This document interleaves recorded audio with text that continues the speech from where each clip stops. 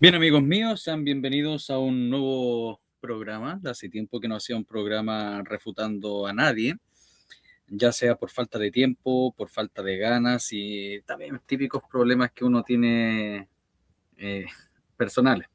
Pero en fin, este programa viene a partir de una petición de un amigo del canal y bueno, y se fue repitiendo, varios más pidieron que revisara este video que subió hace un par de días a Academia Play, que es un canal que personalmente sigo, lo sigo hace un montón de tiempo. Igual hago la advertencia, ¿cierto? O sea, las aclaraciones, yo no tengo ningún problema con el creador ni nada de eso, pero sí me comentaron de que había bastantes errores y más bien tenía una postura más conciliadora, que personalmente pienso que es un error histórico conciliar. La historia no es conciliadora, los hechos son, y no en el punto para llegar a un acuerdo. A ver, que la derecha dijo esto y la izquierda dijo esto, entonces la conciliación debe ser la verdadera historia. No, no necesariamente. Y muchas veces no es así. La verdad siempre está principalmente en un lado. Pero entonces veamos este video, lo vamos a ir comentando, vamos a ir obviamente anotando lo que consideramos válido, correcto, y vamos conversando lo que no nos parece que está bien. Bien, comencemos. Muchas gracias por estar acá. Saludos Artu, saludos Andrés Becerra, Claudio, Cristian, Kelly, María Teresa, Nico, Pedro, muchas gracias por estar acá, la gran Tomasita, al Maximiliano, y bien, comencemos. La historia contemporánea de Chile entre 1970 y 1990 no es un cuento de hadas con héroes y villanos de caricatura, sino el relato de un país que fue utilizado como conejillo de indias para dos fanatismos ideológicos diametralmente opuestos. Es un laboratorio. Buena partida. Sí, hay que considerar que estamos hablando de, y esto se le olvida siempre a la gente de izquierda, en general siempre se le olvida esto, de que esta época era la Guerra Fría. Y sí, Chile era un país más, ¿cierto?, dentro de la órbita, principalmente del lado norteamericano. Los países, estos dos titanes, ¿cierto?, la Unión Soviética con Estados Unidos, jugaban con los países como les daba la gana. Y aquí vamos a ver exactamente lo mismo. Vamos a ver que Estados Unidos como la Unión Soviética van a juguetear con Chile como un gato con un estambre. Saludos, tío Dani, bienvenido. Laboratorio sociológico, económico y manchado de sangre donde se jugaron dos partidas de ruleta rusa. Y para entender este periodo sin caer en la ceguera de las trincheras, hay que dinamitar el gran... Ahí está esa cuestión. Ahí está esa cuestión. Por supuesto que obviamente si uno tiene la fanatización de algo, como el caso de los allendistas que consideran que lo que hizo Allende estaba todo bien y la culpa lo tienen los gringos, la derecha, los fachos, los momios, ¿cierto? Ellos tienen la culpa de todo lo que pasa, obviamente ahí uno puede considerar fanatismo histórico, ¿cierto? Una ceguera histórica. Pero de nuevo cae en esa postura de la conciliación, o sea, los tipos que están en este lado son fanáticos pinochetistas, y estos los que están por acá son fanáticos allendistas. Por ende, lo que dicen cada uno de ellos no son válidos. Lo que dice el centro, la moderación, eso es lo correcto, y no necesariamente. tabú intelectual de nuestra era. Condenar la barbarie, la tortura y el terrorismo de Estado de una dictadura militar no te obliga a aplaudir, justificar ni blanquear la ruina económica y el desastre estructural del gobierno que... Es que ahí está, miren, condenar la barbarie, la tortura y el terrorismo de Estado. Les puedo asegurar que eso nunca existió bajo el gobierno militar. No existió. Terrorismo de Estado sí existió bajo el gobierno de Allende, porque Allende permitió constantemente que grupos guerrilleros actuaran dentro del país, sin persecuciones definitivas, con unos arrestos superficiales. Recordemos que también estaba los indultos a estos guerrilleros, que incluso hasta el mismo gobierno, y esto está completamente comprobado, que José Toá y Jacques Chonchol, ministro de Agricultura, y el otro era ministro del Interior en su momento, y después va a ser ministro de Defensa, financiaban a las guerrillas del sur. Chonchol les dejaba no solamente armamento, sino también, armamento no, sino cuestiones de supervivencia, alimentos, cuestiones de salud, y eso está completamente comprobado. O sea, si hubo un gobierno que sí cometió terrorismo de Estado y que permitió además el terrorismo, fue el de Allende. Ya, y claro, va a salir alguno diciendo, pero tú eres pinochetista y entonces por ende tu opinión no es válida. No, porque no es por mi opinión, es lo que es la historia y es lo que las pruebas están presentes. No hubo terrorismo de Estado en el gobierno militar. No hubo terrorismo de Estado. Claro, hubo casos aislados, por supuesto que sí, pero nunca dirigidos del gobierno, porque si el señor Academia Play conociese un poco la historia y los bandos militares que se van a dar en nuestro país, esos bandos militares firmados por el propio Pinochet y por la propia Junta de Gobierno, decían claramente que se tiene que dar un trato justo a todas las personas y que nadie tenga que caer en violencia. Incluso, miren, para ser más textuales, a ver, busquemos aquí en el mismo libro de la historia de la Revolución Militar, miren, busquemos bandos militares y los vamos a leer textuales. Porque esto la gente no lo sabe. Bandos. A ver, fíjense. Se van a dar justamente hasta el 26 de septiembre 41 bandos dictados hasta la fecha. Siguiente punto.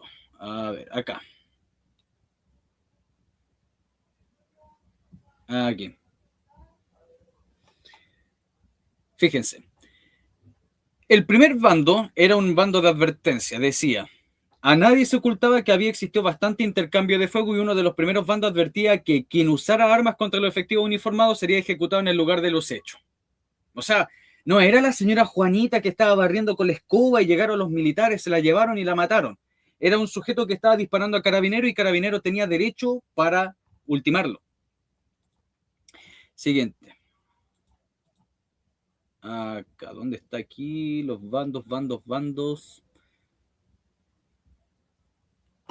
Los tengo perdidos. Los bandos. A ver, los voy a dejar acá. Los voy a dejar acá y los voy a juntar después. Aquí está. Sigamos por mientras, porque si no, no vamos a terminar nunca. Los tengo por acá. Saludos, Willy. La precedió.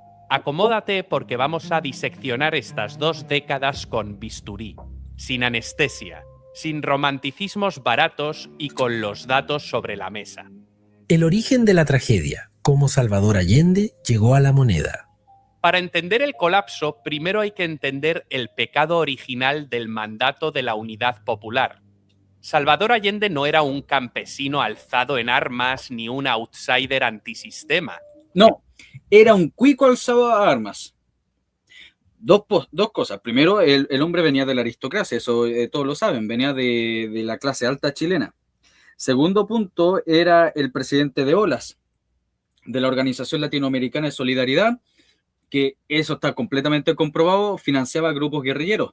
Tercero, que en el año 69, las valijas diplomáticas bajo el gobierno de Frei, este hombre pasaba armamento a Bolivia.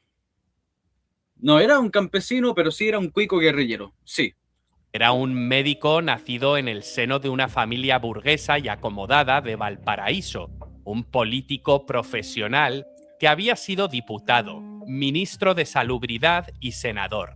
Había fundado el Partido Socialista en 1933 y había perseguido la presidencia con una terquedad encomiable. Compitió en 1952, 1958, 1964 y finalmente en 1970. La narrativa mítica a menudo pinta su victoria como un maremoto popular incontenible. Los datos fríos dicen otra cosa. En las elecciones de 1970, Allende ganó con una mayoría relativa raquítica, apenas un 36,6% de los votos, superando por un margen de... Acá tengo los bandos, pero vamos a seguir escuchando esta parte y cuando lleguemos al gobierno militar vamos a leer los bandos, los tengo acá por si acaso. Infarto al conservador Jorge Alessandri. Al no... Dato curioso, Alessandri no era conservador, si bien pertenecía a lo que nosotros podemos llamar derecha, pero él era independiente, nunca se llamó conservador, por si acaso. Tener la mayoría absoluta, la Constitución exigía que el Congreso Nacional ratificara al ganador. Allende logró sentarse en el sillón presidencial únicamente porque la democracia cristiana le prestó sus votos en el Parlamento, tras obligarle a firmar un Estatuto de Garantías Democráticas. Es decir, Allende intentó llevar a cabo una revolución socialista radical alterando de raíz la estructura de propiedad y la economía de una nación, con el respaldo de apenas un tercio del electorado. Gobernar para la revolución sin una mayoría social aplastante fue el primer paso hacia el precipicio. El trienio ominoso, la anatomía de un suicidio matemático. Que lo que pasa con eso es que el Partido Socialista estaba en contra. A ver, tenemos que analizar, o sea, Allende no era alguien imbécil, era alguien bastante inteligente, no el más inteligente, pero era bastante inteligente y se daba cuenta que la correlación de fuerzas no era apropiada, no eran suficientes. Entonces lo que va a pasar es que este sujeto va a pensar que las teorías de la democracia socialista, ¿cierto? No socialdemocracia, sino la democracia, o sea, socialismo por la vía democrática que viene de la Unión Soviética hacia el Partido Comunista, eran las más adecuadas, por lo menos mientras tanto se va acumulando fuerza. Entonces lo que va a aplicar Salvador Allende son los principios de hegemonía. Ocupemos todos los espacios posibles, empecemos a poner gente por todos los puestos posibles para que a la hora de los que hubo, ¿cierto?, empezase con la revolución. Entonces lo que buscaba Allende es que desde la señora Martita de la que barre la esquina hasta los funcionarios del Ministerio de Defensa fueran gente adepta a él. Y lo mismo va a pasar con el ejército. Por eso vamos a ver que muchos de los altos mandos militares eran gente cercana a Allende. Claro, usted me va a decir es que es necesario que también haya gente lo más cercana a él, pero no era gente simplemente sumisa al orden constitucional como militares por el deber de obedecer, sino también, por ejemplo, Sepúlveda en Carabinero era de izquierda el hombre, el general en jefe de Carabinero era de izquierda. Este hombre Bachelet también era de izquierda. Carlos Prats era de izquierda, aunque la historia busque edulcorarlo, ponerlo así como no, era un hombre moderado, pero que tenía sensibilidades de izquierda. Nosotros sabemos todo lo contrario a partir de los mismos relatos que están comprobados de Miguel Krasnov, en el cual él les tradujo los diarios que trajo él de la Unión Soviética y en el que mencionaba perfectamente de lo que él quería para Chile, y obviamente esos diarios estaban en ruso, y entonces Krasnov se entera de que allá le decían al camarada Prats, y él no se hacía escándalo, y lo que le dijo Prats a Allende, perdón, ¿cómo se llama este hombre? A Krasnov, disculpen, a Krasnov, es quédate callado, no le digas a nadie de lo que viste acá en el diario, solamente mantente con la cuestión de que me lo tradujiste, obedeciste y bien, chao. ¿Se fijan? Entonces ese era el proyecto. ¿Por qué creen que el Partido Comunista era más aliado a Allende que el mismo Partido Socialista? Porque el Partido Socialista tenía la idea de la revolución de masa, ¿cierto? De los frentes de masa, muy similar al MIR. En cambio, lo que va a buscar el Partido Comunista era más bien apoderarse de espacio. ¿Cómo lo está haciendo de manera muy solapada y débilmente lo hicieron durante el gobierno de Boric? Porque lo intentaron hacer, pero no les salió tan bien. No les salió tan bien. Muchas gracias, Jackie. Muchas gracias por el apoyo al canal. Y muchas gracias a la gente que nos acompaña. Recuerde dejar su like y compartan. Porque YouTube no lo va a hacer.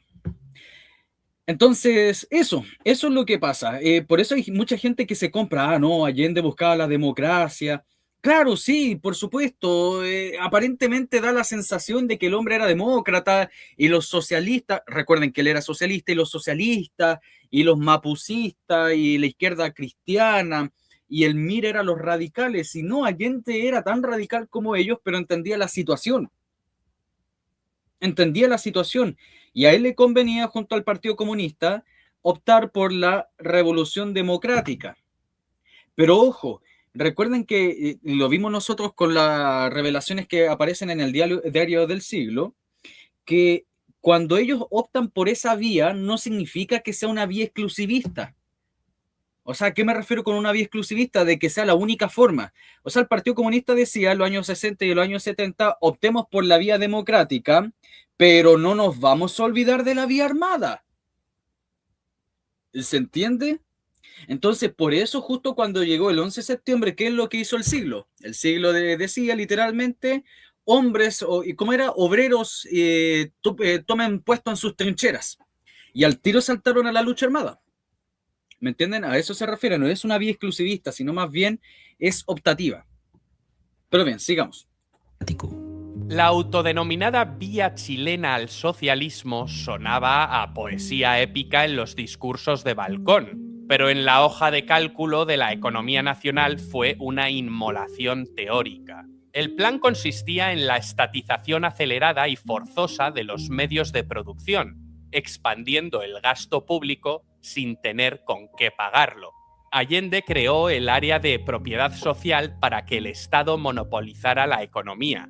A base de compras forzosas y resquicios legales, los famosos decretos de insistencia, el control estatal sobre la producción no agraria saltó de un manejable 15% a rozar el 40% en menos de 3 años. Efectivamente, vamos a ver que a Salvador Allende va a obligar tanto a la banca como a las industrias a entregar sus llaves, me refiero a la propiedad, al Estado. Si no me equivoco, y lo tengo registrado en los primeros videos que hice de la historia de la Unidad Popular, el primer banco que va a estatizar Salvador Allende va a ser el Panamericano. No sé si alguien se acuerda de él, los que sean mayores. El Banco Panamericano será el primero en estatizar y va a lanzarse directamente también a las industrias de telas, Irmas, Yarur, en fin. Y luego también se va a ir con las empresas vinculadas a las conservas. O sea, ese eran los objetivos, porque si bien la industria vinculada a las materias primas, había muchas que eran estatales, ¿cierto? La CAP, ¿cierto? La Compañía de Aceros del Pacífico. En su momento ya estaba nacionalizado el cobre, que igual nos va a traer un montón de problemas, pero más o menos así se configuraba. Volvió el Maximiliano. Saludos, Maximiliano. El Estado devoró el 85% de la minería, apoyado unánimemente por el Congreso, todo hay que decirlo. Ojo con eso. Sí, esto es verdad. Y se los puedo asegurar, y si ustedes ven mi video de la nacionalización del cobre, se van a dar cuenta que desde la derecha hacia la izquierda estaban a favor de la nacionalización. Pero va a variar un poco. ¿Por qué? Porque en esa época, si bien la derecha chilena siempre ha sido más blandita que la izquierda, pero no estoy diciendo de que la derecha de esta época era tan blanda como la de hoy en día. ¿Qué es lo que pasa? Que en esta época esta derecha liberal, ¿cierto? De la libertaria, si la quieren ver, era muy, muy mínima, era muy, muy paupérrima en cantidad. Y la gran mayoría de la derecha tenía cierto, no estoy diciendo masivamente, pero tenía cierto esencia, cierto nacionalista. No me gusta hablar de estatismo, pero nacionalista. Entonces la derecha, sobre todo el Partido Nacional, ahí ustedes pueden darse cuenta que el Partido Nacional era una mezcla de nacionalistas, conservadores y liberales clásicos. Estaban también de acuerdo con la idea de que se cumpliese la nacionalización pactada de 1969 con Frei. Recuerden que la nacionalización del cobre tiene 3 partes. La chilenización de 1966, que se compra el 50+1% de las empresas norteamericanas. Luego viene la nacionalización pactada del 69, que quedó pendiente bajo el gobierno de Allende, y está la nacionalización completa de Allende, en la cual se viola completamente los acuerdos de la nacionalización pactada. Entonces, sí, la derecha estaba de acuerdo de la nacionalización, pero con su correspondiente indemnización a las empresas norteamericanas, para no tener problemas con los gringos, cosa que después pasó con Allende. Y así se dio. Así se dio, por supuesto, es cierto eso, la gente no lo cree, piensa de que no, fueron los vendidos de la democracia cristiana. No, en general fue prácticamente unánime. No les quiero mentir, no me acuerdo cuáles fueron uno o dos de los políticos de la época que estaban en desacuerdo, pero en general fue unánime. Unánime la nacionalización del cobre. Academia Play, fan de Perro Sánchez, no tengo idea. El sector financiero, el 70% del transporte y el 100% de los servicios básicos. En el campo, el fanatismo fue idéntico. Aceleraron una reforma agraria que liquidó los latifundios, propiedades de más de 80 hectáreas, dejando... Y esto también es terrible. Ojo con esto. A ver, aquí yo he escuchado gente que lo tienen a una conspiración mucho más grande, que tampoco es tan absurda en escuchar, de que esto fue un proyecto internacional dirigido por ustedes saben quiénes, que lo que buscaban eran destruir esta identidad que poco quedaba en el mundo, que es los latifundios. Porque olvídense de esta caricatura del patrón de fondo, ¿cierto? De este tipo que venía con la fusta a sacarle la cresta a la gente, disculpen por la vulgaridad, pero sí, va a haber de todo, por supuesto. Va a haber de todo, va a haber pobreza, sí, desde los años 40 es que el campo chileno venía en una cierta decadencia. Entonces, cuando uno ve fotos del inquilinaje, del peonaje, y uno dice, wow, la gente que vivía pobremente, sí, pero no necesariamente era culpa del latifundista, sino más bien o sea, perdón, de las condiciones económicas de la época, sino más bien de condiciones, de decisiones tanto estatales como del latifundista. Pero existían medidas que venían desde los años 30 de reforma agraria de corte nacionalista, cosas que no se escucharon, como las medidas de Carlos Keller, que están en un formato de libro en memoria chilena, si a alguien le interesa leerlas. También está la idea de la reforma agraria ¿cómo se llama este hombre? El papá de don Felipe Izquierdo.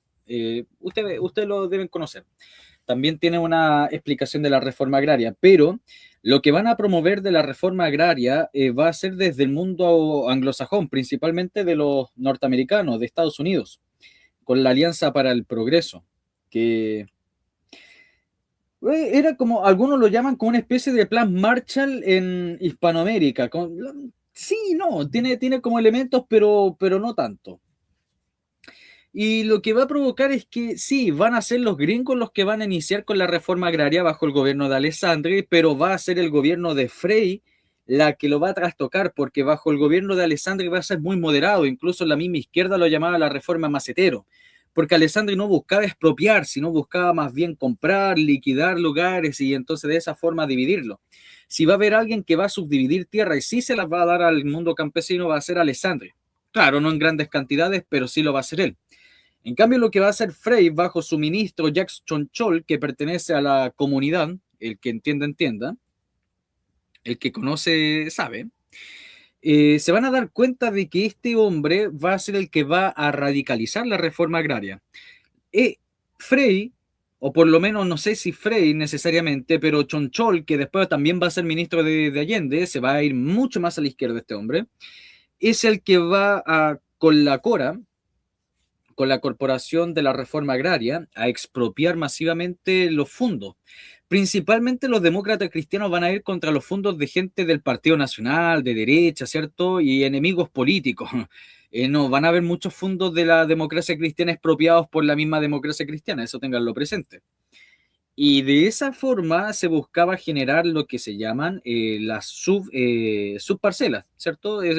Subdividir este fondo y parcelarlo, cosa que en muy pocas ocasiones pasó. Lo que pasó realmente es que cambiaba el funcionario, ¿cierto? El dueño por un funcionario público, un interventor, que también va a ser muy usual bajo el gobierno de Allende. Entonces el campesino que se sobaba la mano y esperando cuál iba a ser su lote, cuál iba a ser su parcela, le decían, no, compañero campesino, ahora usted va a tener que obedecer aquí a este caballero que viene de Santiago, que es del gobierno. Entonces va a pasar dos cosas. La primera cosa es que el campesino que no era de la DC era expulsado o tenía que irse, y hay varios relatos de eso.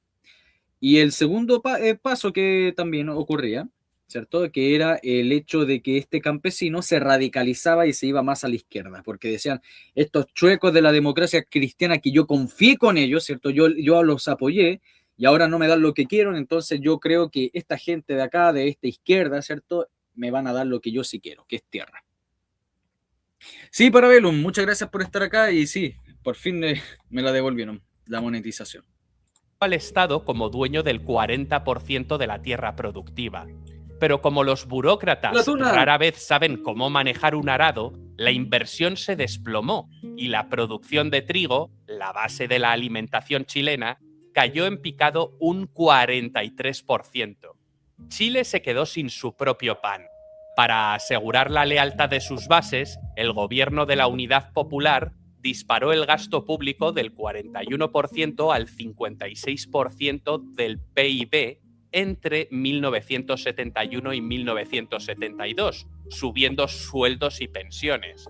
Pero ¿quién pagaba la cuenta si nadie les prestaba dinero y la recaudación de impuestos no subía?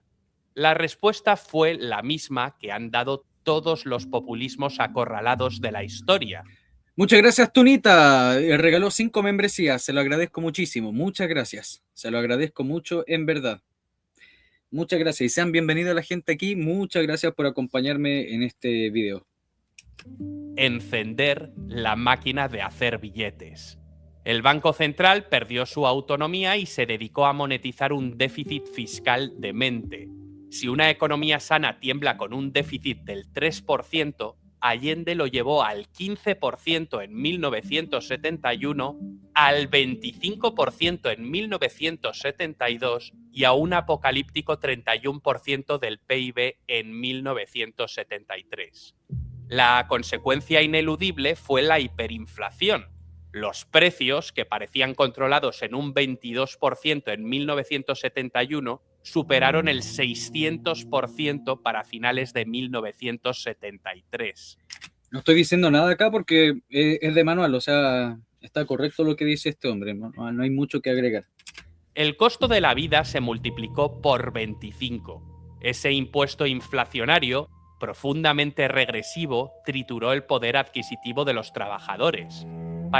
Y aquí esto es bastante patético en escuchar a la gente de izquierda diciendo que es culpa de la derecha cuando uno se pregunta, pero si el que estaba gobernando era Allende y las medidas vinculadas al Banco Central y las decisiones de seguir emitiendo deuda y las decisiones, ¿cierto?, vinculadas a la solución o por lo menos aplacar con la inflación era de Allende, pero siempre buscan echarle la culpa a alguien. Sí, Estados Unidos obviamente no quería Allende, por supuesto, pero Estados Unidos no va a tener nada que ver con las medidas económicas que va a tomar Allende. Lo que pasa es que en vez de manejar bien la máquina, ¿cierto? Imagínense, pongámosle un ejemplo. Allende tiene un auto y ese auto es el Estado y en vez de manejarlo bien, en vez de pasar los cambios correctamente, empieza, ¿cierto?, a mantener el embrague apretado, ¿cierto?, y acelerando, ¿cierto? Y ustedes saben que eso friega el disco de embrague y luego empieza también a pasar mal los cambios y empieza también a fregar también la caja de cambio y en vez de ponerle una benzina apropiada al auto le anda poniendo diésel y usted me entiende, pues en vez de estar cuidando el auto y lo está haciendo pebre. ¿Y qué es lo que pasa con eso? Que después, en vez de decir, sí, fui yo, wow, yo me equivoqué, hice pebre este auto, le echo la culpa a mi vecino. ¿Me entienden? Obviamente la derecha va a ser oposición, sí. Es como lo que pasó bajo el gobierno de Boric. Todas las decisiones que hizo Boric fueron de Boric. No pueden venir la izquierda a decir que fue culpa de Kast mientras todavía ni siquiera llegaba al poder. Nosotros podemos decir perfectamente que el problema en mayor o en menor medida que está viviendo Chile con respecto a las bencinas y está viviendo más de 90 países a nivel mundial, no es culpa de sus respectivos presidentes. ¿Qué culpa va a tener los presidentes? Las malas medidas que va a tomar posterior a eso. Pero nadie puede decirles culpa de Kast el problema de que subieron las bencinas. ¿Me entienden? Entonces ahí nosotros podemos escudarlo. Pero con respecto al gasto público, al hoyo fiscal que dejó Boric, esas fueron decisiones de él. Y va a pasar lo mismo con Allende, las decisiones de expropiar los bancos, las decisiones de expropiar sin indemnización a las mineras, la decisión de expropiar el campo, porque no solamente los campos van a dejar de producir producto de que el interventor era mediocre, sino que también los trabajadores no van a querer trabajar, ¿cierto? Ya sea porque estos se fueron a un bando mucho más extremista o ya sea porque estos abandonaron. Nosotros vamos a ver que va a haber una inmigración, una inmigración interna de más de 100.000 trabajadores del campo hacia las ciudades. Entonces, no es una cosa somera, es una cosa bastante compleja. Y eso es producto de las mismas decisiones de Allende. Los campos no van a producir por la misma inacción de Allende por parte de los guerrilleros. Él no va a hacer nada. Es mínimo el papel que va a hacer.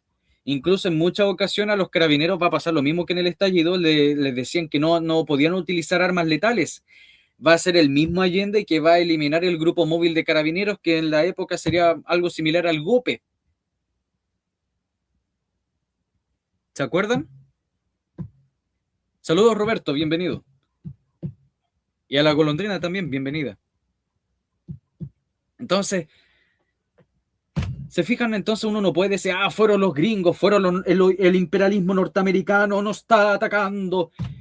Sí, Estados Unidos y principalmente por medio de la CIA financió al paro de camioneros en el 72, sí, pero cuando decimos financió es que financió a algunos, porque a don Juan, que tiene un camión que llevaba zapallo de un lado para otro, a él no le tocó ni uno, simplemente siguió. Las condiciones eran válidas, los camioneros se iban a parar en cualquier momento, por supuesto que sí, pero Estados Unidos vio ese espacio y aprovechó la situación. Lo mismo va a hacer la Unión Soviética. La Unión Soviética va a mandar más de $1 millón al Partido Comunista. Y estoy hablando de los 3 años, por supuesto. Y eso en esa época era un montón de plata. Va a mandar un montón de plata. Pero en fin, sigamos. Pagar el incendio inflacionario que ellos mismos habían provocado, impusieron fijaciones. Qué bueno que sea sincero Academia Play. Que ellos mismos provocaron. Recuerden eso. Como decían en los monos antiguos. Recuerden, amigos, ¿cierto? Recuerden, amigos, esto lo provocó Allende, no Estados Unidos, no la ONU, no el imperialismo norteamericano, ¿cierto? No, fue Allende y sus medidas. De precios por debajo del costo de producción. El desastroso resultado de fijar los precios no se hizo esperar. Las fábricas paralizaron, el desabastecimiento fue absoluto y las estanterías de los comercios se vaciaron. No, ¿verdad? Que fueron los fachos los que se acapararon, ¿verdad? Recuerde lo que decía la gente de izquierda, y dicen hasta el día de hoy ignorantemente de que fueron los derechistas los que acapararon todo. O sea, la señora Juanita, que antes llevaba 2 bolsas de arroz, por llevar una tercera bolsa de arroz está acaparando. O sea, lo que pasó en la época de la pandemia, ¿se acuerdan que la gente llevaba un poco más? Acá en Chile se respetó mucho eso. Nosotros podemos tener muchas falencias, pero somos un país bastante civilizado, no habían peleas, ¿cierto? En el cual una vieja se llevaba 80 bolsas de arroz para la casa y empezaba a pelear con la otra señora. No, la gente fue bastante prudente, se llevaba lo justo y lo necesario, y además constantemente había reposición, y nadie hablaba de acaparamiento. En las noticias de la época nunca se habló del término de acaparar. Y no estoy hablando solamente de periódicos de derecha, e incluso de izquierda, nadie decía acaparar. Se hablaba mucho del mercado negro, y el mercado negro lo movía gente principalmente de la JAP. Van a haber varios casos. Por ejemplo, va a haber un caso, mire, me puedo estar equivocando, parece que es en Quilpué o Limache, que está en la quinta región, en el cual lo vi en un periódico, en el Mercurio, en el cual hablaba de que uno de los grandes mercados negros que había en la quinta región eran liderados por gente de la JAP. ¿Y cómo se supo? Porque a partir de que este líder de la JAP mató a un fulano a palo, se dieron cuenta de lo que tenía dentro de su almacén. Entonces ahí usted puede darse cuenta de que la disminución de la producción es porque las fábricas no estaban produciendo. ¿Por qué? Porque si la fábrica no fue tomada, tenía dos soluciones, o sea, tenía 2 problemas. Si la fábrica no fue tomada, tenía que sufrir la superinflación más la fijación de precios. Y en segundo lugar, en cualquier momento podía ser tomada por el Estado o tomada por los mismos obreros. Entonces, ¿cómo literalmente van a estar las estanterías llenas si las fábricas no están produciendo? Porque si no está tomada, fue expropiada por el Estado o a su vez también murió, ¿cierto? Quebró. Hola, Marcelita. ¿Se fijan?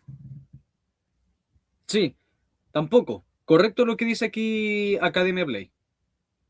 Ese mito de que no, fueron los fachos, las viejas del barrio alto. ¿Ustedes creen que las señoras del barrio alto iban a bajar a las zonas más torrantes? Claro, algunos van a decir, la nanita fue...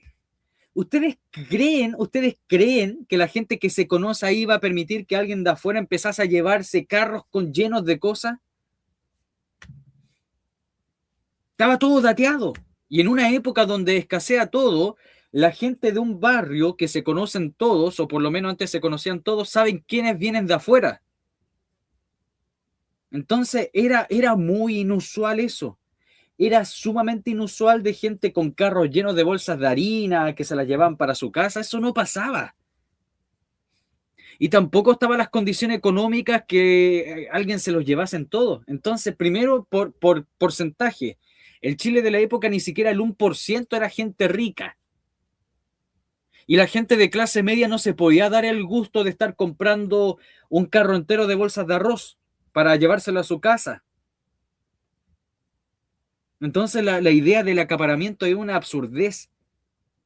Sí, la señora Juanita, don Lucho, en vez de llevarse 2 bolsas de arroz o un saco de harina, se llevaba otro saco de harina, por si las moscas, ¿cierto? Nosotros tenemos ese dicho, por si las moscas.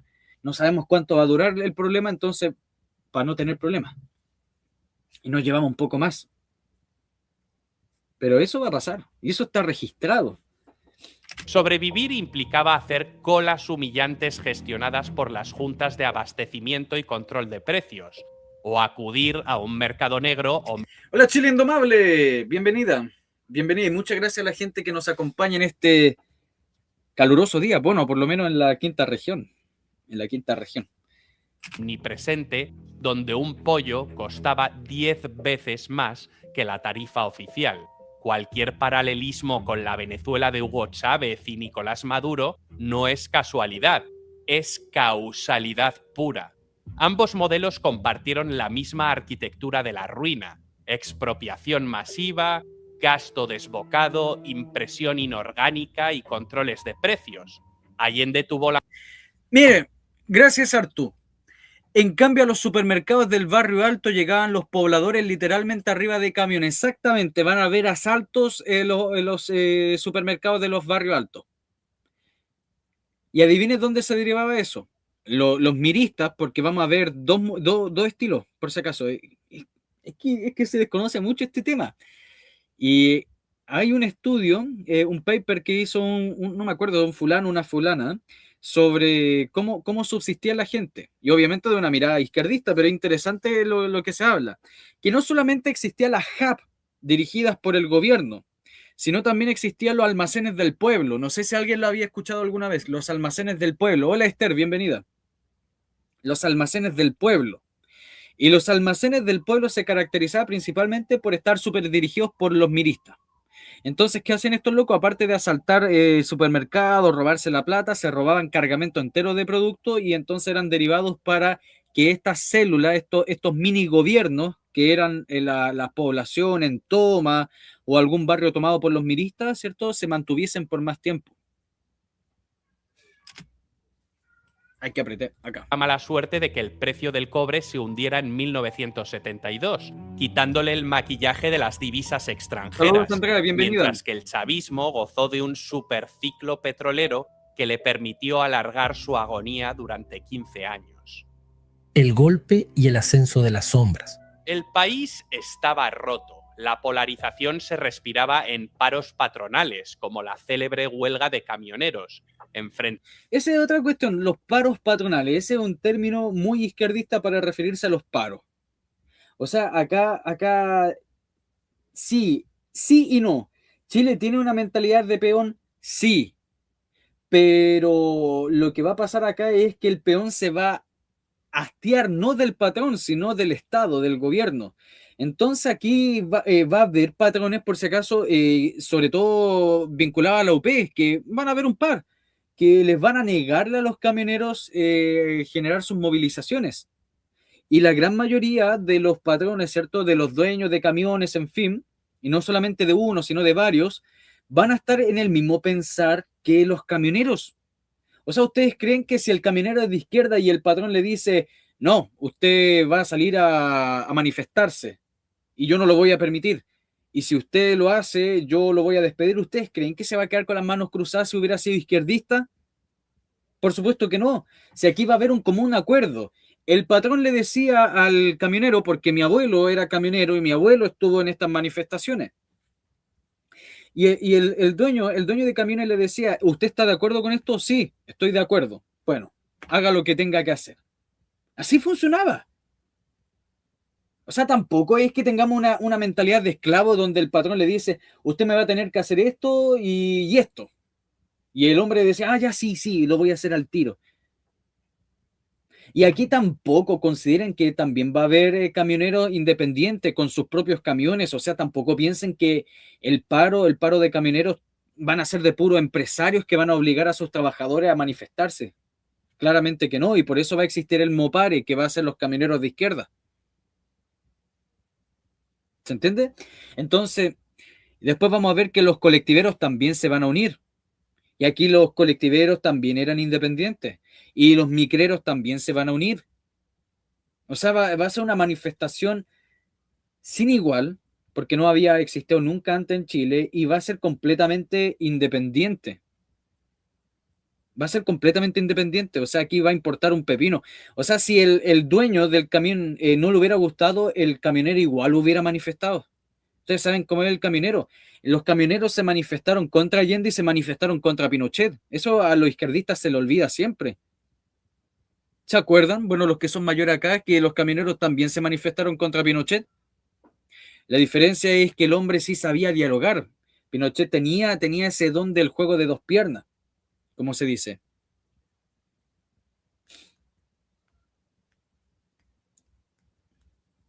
Pero en fin, sigamos. Enfrentamientos callejeros y la violencia cruzada de grupos de extrema izquierda, el MIR, y extrema derecha, Patria y Libertad, y el asesinato del... Sí, pero ojo con esto.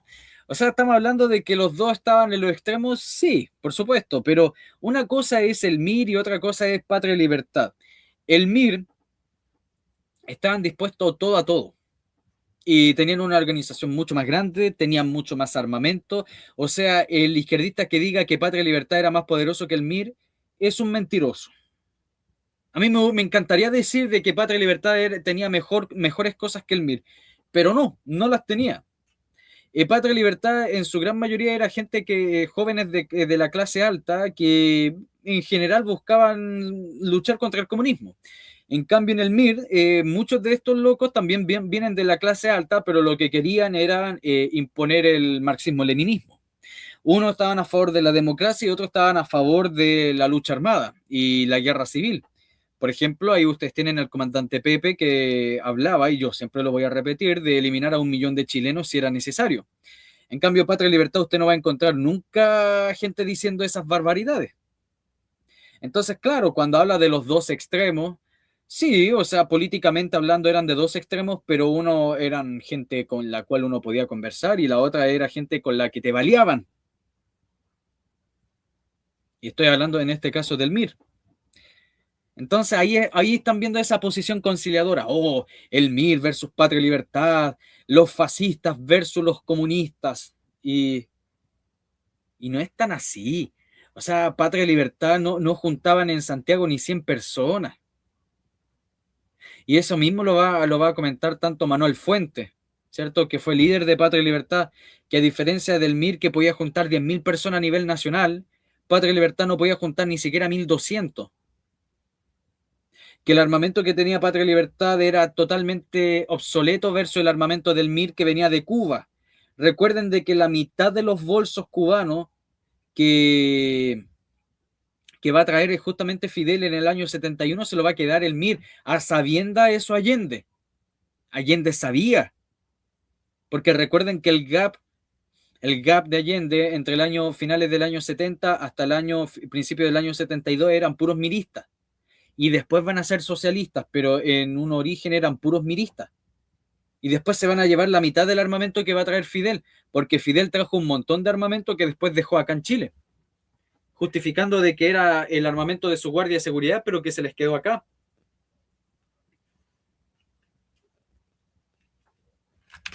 Exministro Edmundo Pérez Zujovic. La ironía más oscura de este periodo es que Claro, pero hay que decir de que la muerte de Zujovic fue hecho por la BOP, que eran puros ex-miristas que consideraban a los miristas literalmente como solleros. Salvador Allende, quien estaba ¡Hola, Carlos Charlie! completamente acorralado en agosto de 1973, nombró a Augusto Pinochet como comandante en jefe del ejército, creyéndolo un militar leal y apolítico. El 11 de septiembre. Pero es que, ojo, aquí también se equivoca Academia Play y también aquí se equivoca la izquierda en general, porque Pinochet no tiene que ser leal al presidente. Pinochet tiene que ser leal al país y a la Constitución, y por consiguiente, si el presidente es leal a su país y a la Constitución, también es leal a su presidente. Pero lo que pasa es que la gente dice, Pinochet es un traicionero, traicionó a Allende. Pero es que perdóneme, que no, Salvador Allende no era un rey en el cual vamos a ver que su general lo traicionó para tomar el trono. Estamos viendo de que Salvador Allende violó flagrantemente la Constitución y Pinochet era un constitucionalista.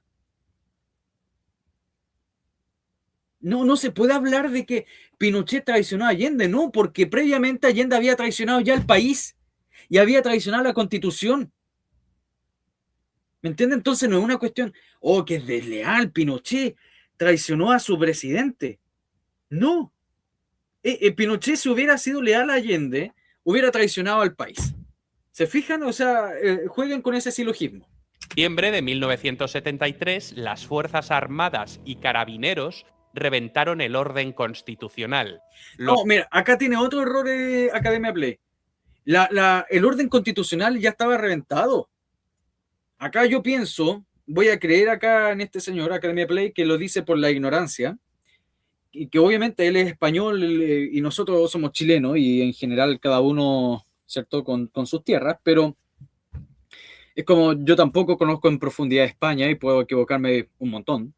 Pero aquí vamos a ver que el que reventó el orden constitucional es Salvador Allende, no por nada, no solamente la Cámara de Diputados, sino la Corte Suprema. O sea, estamos hablando dos poderes del Estado. Recuerden que el Estado tiene tres poderes, ¿cierto? Ejecutivo, judicial, legislativo.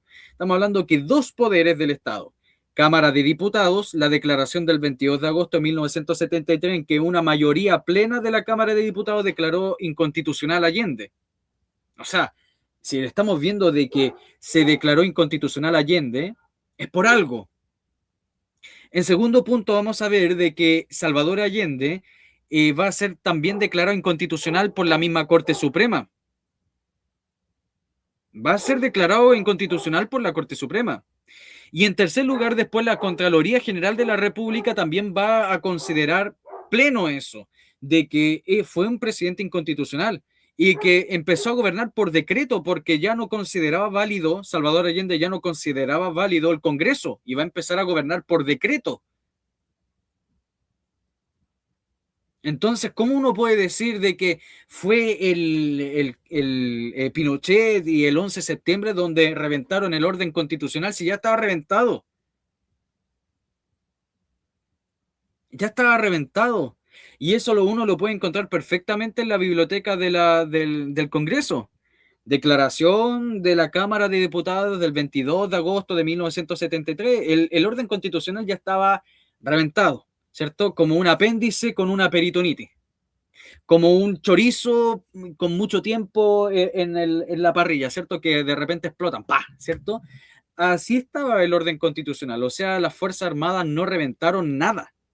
Simplemente les tocó barrer el desastre que dejó Allende. Porque no solamente había violado la Constitución con el exceso de la violación a los derechos de propiedad y justificándolo con los resquicios legales, y también con las tomas, sino también permitió que grupos guerrilleros estuviesen tomándose el país. Permitió también que la misma guardia pretoriana que tenía él pudiese hacer lo que quisiese. Permitió también de que miembros extranjeros, ¿cierto?, que se calculan entre 15.000 guerrilleros, 13.000, 15.000 guerrilleros, ingresaran a Chile a sabiendas de él. Permitió también el inicio de la fin de la libertad de educación, que eso estaba respetado en la Constitución, con la ENU. Salvador Allende censuraba medios de comunicación. Claro, después van a decir, no, pero es que lo devolvían al día siguiente. Pero ¿acaso qué presidente censuraba medios de comunicación? Estamos hablando de, porque a Pinochet no lo consideran presidente, entonces hablemos de los demás presidentes, ¿ya? Porque ellos no lo consideran, por cierto, dicen Pinochet es un dictador, ya, supongamos, ya. Consideremos que Pinochet era un dictador, el más malulo de los malulos. Pero ¿qué presidente censuraba y cerraba el Mercurio, cerraba la Radio Agricultura, cerraba los diarios de oposición. ¿Acaso Elwin lo hizo? Yo sé que a muchos les puede caer mal Elwin, pero ¿acaso Elwin lo hizo? Frey, Lagos, Bachelet también les puede caer mal, pero ¿acaso Bachelet lo hizo? Piñera, Boric, ya incluso hasta el asqueroso del Boric. Y ahora Kast, ninguno. Ninguno.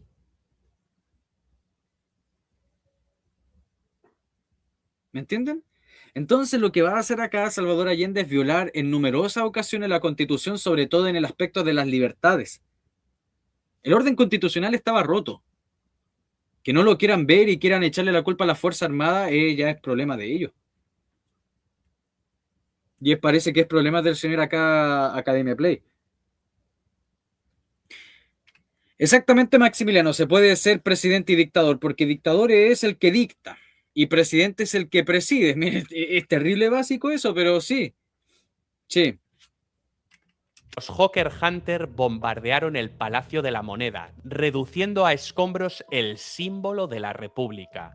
Allende, cercado, se suicidó con un fusil AK-47 que le había regalado Fidel Castro. Así terminó la vía chilena al socialismo, ahogada en... Igual la Vallejo intentó censurar, sí. Sí, sí. Pero no pudo.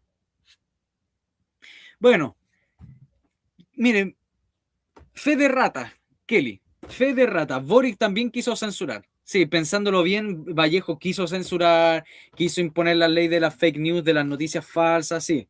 Fe de ratas. Boric también entra en el papel, pero no lo lograron. Sí, fe de ratas. Su propio desastre y rematada a sangre y fuego. Los Chicago Boys y la brutal reingeniería económica. Con el poder absoluto en sus manos, el Congreso clausurado y los partidos ilegalizados, Pinochet... ¿En qué año fueron ilegalizados los partidos políticos acá en Chile? A ver si alguien sabe.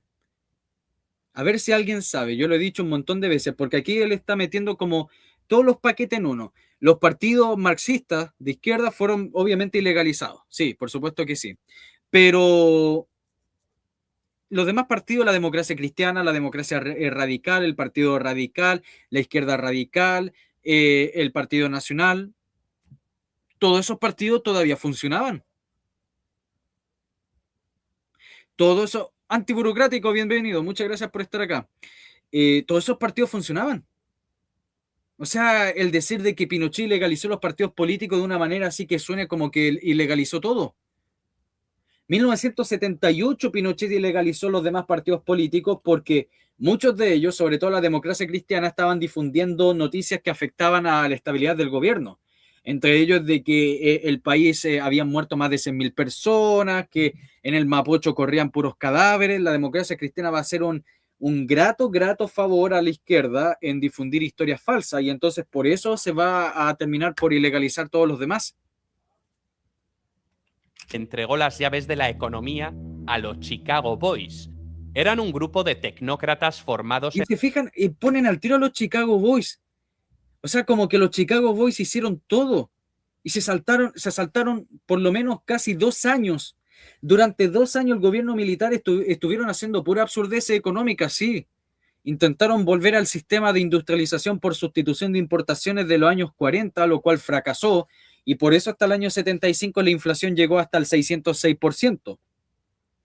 Y recién en el año 75 van a aplicar el plan económico de Jorge Alessandri, el ladrillo, que era el plan económico si ganaba en el año 70. Y pensar que los Chicago Boys hicieron todo el cambio económico del país es una absurdez. Literalmente lo que le da la base al cambio económico, porque no va a ser un cambio neoliberal como dice la izquierda. Va a tener una esencia bastante de capitalismo de Estado, pero no en el sentido de Lenin, sino de que se va a empezar a dar más libertades, se va a empezar a aprobar con ciertas cosas en ciertas áreas, vamos a soltar empresas que son más lastres que beneficios, que yo sé que a muchos nacionalistas les duele, pero es verdad. Y entonces vayamos probando cosas. El neoliberalismo como tal, ¿cierto? Va a ser en el gobierno de la concertación. Porque yo sé que aquí me siguen muchos libertarios, pero ¿qué libertario cree que el Estado tiene que tener todos los recursos naturales y de primera instancia? Y el que me diga que sí, no es libertario, ¿me entiendes? Entonces, el neoliberalismo como tal, los movimientos neoliberales, ¿cierto? O neoclásicos, que es el nombre correcto, van a tener influencia, pero a finales de los 80.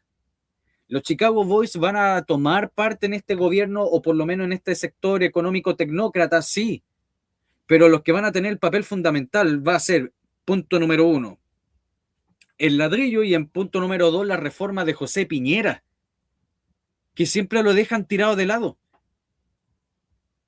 O sea, con la creación y con la modernización de la AFP, con la creación de las ISAPRES, con la renovación en ese espacio de este sector económico y social, es lo que va a generar a Chile un cambio inmenso.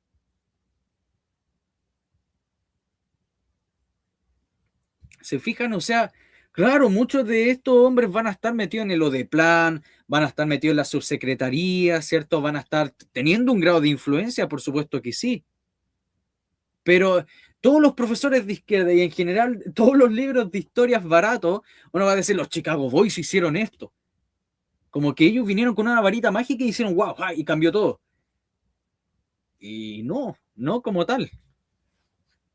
En la Universidad Católica y en la Universidad de Chicago, devotos de Milton Friedman y Arnold Harberger, traían bajo el brazo el mismo Milton Friedman que decía que sus teorías aquí en Chile no era lo que él pensaba. El mismo Milton Friedman que negaba toda vinculación con Pinochet. el ladrillo, un plan clandestino redactado antes del golpe que proponía... Pero ¿cómo plan clandestino si era un plan del gobierno de Alessandri? No es clandestino. Clandestino es como que un grupo de personas, ¿cierto? En una alcantarilla nos juntamos y escribimos un plan y se lo pasamos a alguien. Aplicar un electroshock liberal sin contemplaciones. No, si no era un plan de... Es que, insisto, no era un plan de generar un electroshock. El hombre, bajo el gobierno de Alessandri, era un hombre liberal. Pero no va a tener ninguna relación con los Chicago Boys. El plan económico de Alessandri no va a ser escrito por los Chicago Boys. Acostumbrado a décadas de proteccionismo, Chile fue arrojado al mercado global.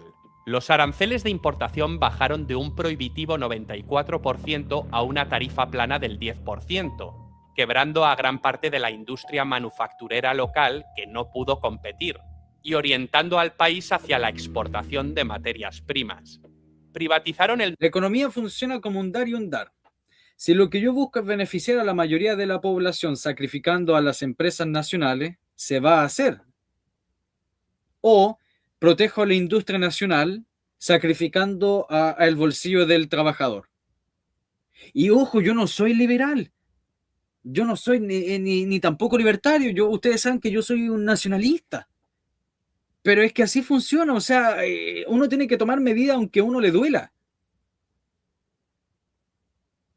Exactamente, van a haber muchas industrias locales que ya no podían competir. Y sí, obviamente nosotros podemos considerar que lo que después venía en el extranjero era basura.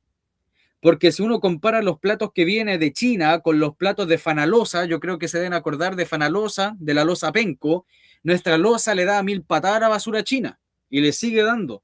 Pero estamos hablando de que la producción chilena era cara y la producción china muy barata, y entonces inundaba el mercado nacional. 95% de las empresas que el Estado controlaba. Aquí asomó el capitalismo de amiguetes. Empresas estratégicas fueron mal vendidas a grupos cercanos a la cúpula militar. El caso de la Sociedad Química y Minera, entregada al yerno del dictador Julio Ponce Lerou, es el monumento supremo a esta opacidad. A mí me parece también este purismo del nepotismo. A mí me parece absurdo. O sea, si yo veo de que mi yerno o veo que un cercano mío puede manejar bien algo, yo se lo dejo.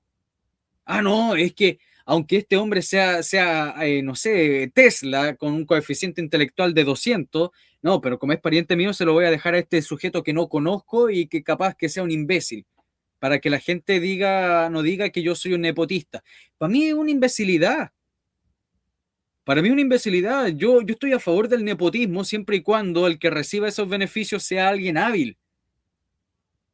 O sea, es de perogrullo. Por ejemplo, si yo soy presidente de Chile, el Maximiliano, aquí mi moderador, es amigo mío, y yo veo que el Maximiliano es genial, es un experto en educación, aunque sea mi amigo, yo lo voy a dejar como ministro de Educación porque yo sé que él va a hacer un buen trabajo. Pero claro, si yo sé que el Maximiliano, aunque es mi amigo, es un imbécil, entonces yo obviamente por sentido común y por decencia, aunque sea amigo mío, yo no lo voy a poner en el cargo.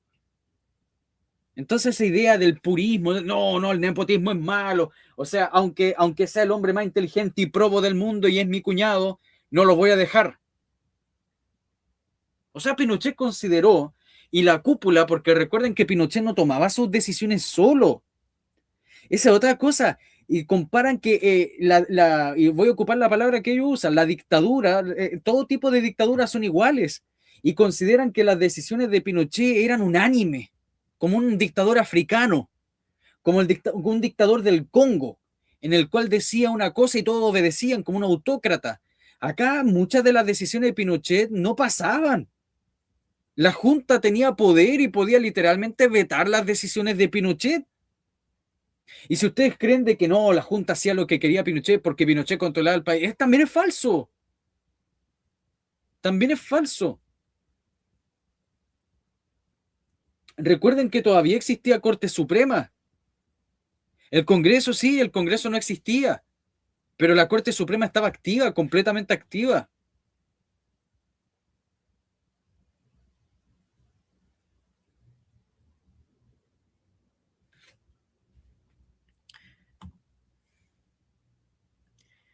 ¿Qué les puedo decir? Bloqueelo, profe. Te voy a bloquear a ti, Carlos Charlie. Muchas gracias a la gente que nos escucha. Muchas gracias. La dictadura de Pinochet fue una dictadura buena, heroica y exitosa. Exactamente. En el ámbito laboral, el régimen desmanteló el inmenso poder del movimiento sindical de trabajadores. Esa es otra cosa que también pasa. Aquí este hombre parece que se leyó una típica guía de profesor de historia de primero medio. Y otra cosa, dice Pinochet desmanteló los sindicatos. Lo que pasaba es que los que estaban dentro de los sindicatos no eran gente que creía en el sindicato, sino que porque es como dice el dicho, prefiero estar en las manos del diablo que en su camino. No sé si han escuchado ese dicho. Y van a haber un montón de trabajadores que van a estar obligados por inercia a estar en el sindicato, porque si uno estaba fuera del sindicato, las presiones que existían eran brutales. Nosotros vamos a ver casos reales que lo pueden encontrar en los libros que hemos leído anteriormente sobre la violencia política en Chile, de sindicalistas que mataban, no que golpeaban, sino que mataron a trabajadores que no estaban en su sector. Saludos, Mochi, bienvenida. Eso pasaba en Chuquicamata, exactamente. Entonces la gente tenía miedo y aparte los sindicatos eran completamente politizados. Eran dirigidos por el Partido Comunista, por la Democracia Cristiana o por el Partido Socialista. No, aquí no existía una pluralidad donde veíamos un consejo de gente de derecha, izquierda, y entonces permitía de que las decisiones fueran completamente democráticas. No, acá se hacía lo que decía el partido y si usted no obedece, bueno, pagará las consecuencias, compañero. Entonces los sindicatos no estaban ni ahí con el derecho del trabajador, estaban por una cuestión política, que tampoco estoy diciendo que es mala, porque la política es eso, tomar poder. Pero tampoco se pongan con esa capa, con ese velo de santidad diciendo Pinochet acabó con los sindicatos que protegían al trabajador. Ese es falso. Es más falso que un billete de 7 lucas. De hecho, Allende no había inventado la inamovilidad laboral. Fue una ley de Eduardo Frei Montalva en 1966 que exigía causa justificada para despedir, pero su gobierno le dio un poder de facto absoluto a los sindicatos. Pinochet barrió con eso, disolvió la Central Única de Trabajadores y en 1900... La CUT, pero si eran puros comunistas, po. ¿Qué van a esperar? Y eran esos mismos comunistas que llamaban a la guerra civil. 78 instauró el despido libre. En 1979, con el plan laboral de O José... sea, y aquí les molesta, es que esta gente que tanto habla de la empatía, ¿cierto? De que me pongo en el lugar del otro, son mentirosos. O sea, imagínense usted, amigo mío, usted tiene una empresa y el Estado le prohíbe a usted despedir. Le prohíbe a usted despedir, aunque el sujeto, su empleado es una escoria, es un tipo que no trabaja, es un tipo que está intentando tomarse su empresa, que está llamando a la gente a paralizarse, que está llamando también a la guerra civil contra los fachos y los momios. Y usted lo único que quiere es sacar su empresa adelante. Pinochet puso esta ley, o sea, despido libre. O sea, si usted ve de que su trabajador no está funcionando porque es su empresa, puede hacerlo. Puede hacerlo, ¿por qué no? Si es su empresa, ¿por qué yo tengo que pedir permiso para despedir al trabajador? Si veo obviamente de que no está funcionando. Piñera atomizó la negociación colectiva y legalizó el reemplazo de huelguistas. Convirtieron a Chile en el laboratorio de la flexibilización laboral y en el pionero mundial de la privatización de las pensiones, las AFP, y la salud, ISAPRES. Pero el cacareado... Como que fuera malo de la AFP. Mira, este hombre español, y este hombre vive en el país donde tienen más problemas con las pensiones en el mundo. Y acá estamos en Chile, donde tenemos el mejor sistema de pensiones del mundo. Ah, es que mi abuelita saca 95 lucas. Personalmente yo siempre he creído de que desde un origen, desde que se crearon la AFP, debería existir un sueldo, o sea, un monto base para todos los chilenos nacidos, para que desde ese momento vaya multiplicándose. Sí, lo creo. Y en el caso de la gente con invalidez, la abuelita, sí, porque la izquierda siempre ocupa el victimismo. La abuelita, don Juanito, que saca 120 lucas. Mi abuela saca también una pensión miserable, por supuesto que sí. Pero no es culpa del sistema, hay que preguntarnos, ¿cuánto cotizó esa persona? ¿Cuánto cotizó su abuela? ¿Cuánto cotizó su abuelo? ¿Cuántas lagunas tiene? Yo llevo 5 años trabajando, me voy a reservar el monto, por supuesto que sí, miento, 6 años, no, 5 años trabajando, 5 años trabajando, amigos míos, porque yo por el año 2020 no trabajé nada por la pandemia. No porque no quisiera, sino porque no había pega. Intenté incluso incluso me llamaron, pero justo conseguí otra pega, trabajar barriendo en las calles. Si yo a la pega yo no le hago asco. Ah, no, es un trabajo indigno para mí. Mentira, no. Y entonces en esos 5 años, el otro día estaba viendo el monto que tenía y era impresionante. Y para tener un sueldo de profesor de historia, pues tampoco tengo sueldo de cardiólogo. Impresionante. Y todos los meses cotizando, ¿cierto? Uno se enrabea, saludos Raúl, uno se enrabea, uno dice, maldición, se me va todo este porcentaje en vez de irse al bolsillo, pero después uno dice, pucha, qué bueno que se me haya ido, porque capaz que me lo hubiera yo comido y me lo hubiera bebido. Sí, por supuesto que sí. No, si yo sé por qué las pensiones son bajas acá en Chile, si sé de economía y enseño eso.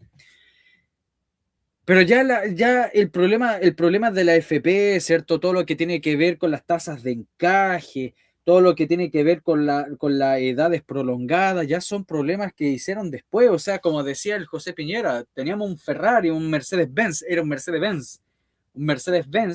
y la Concertación y los gobiernos siguientes lo transformaron en un Lada.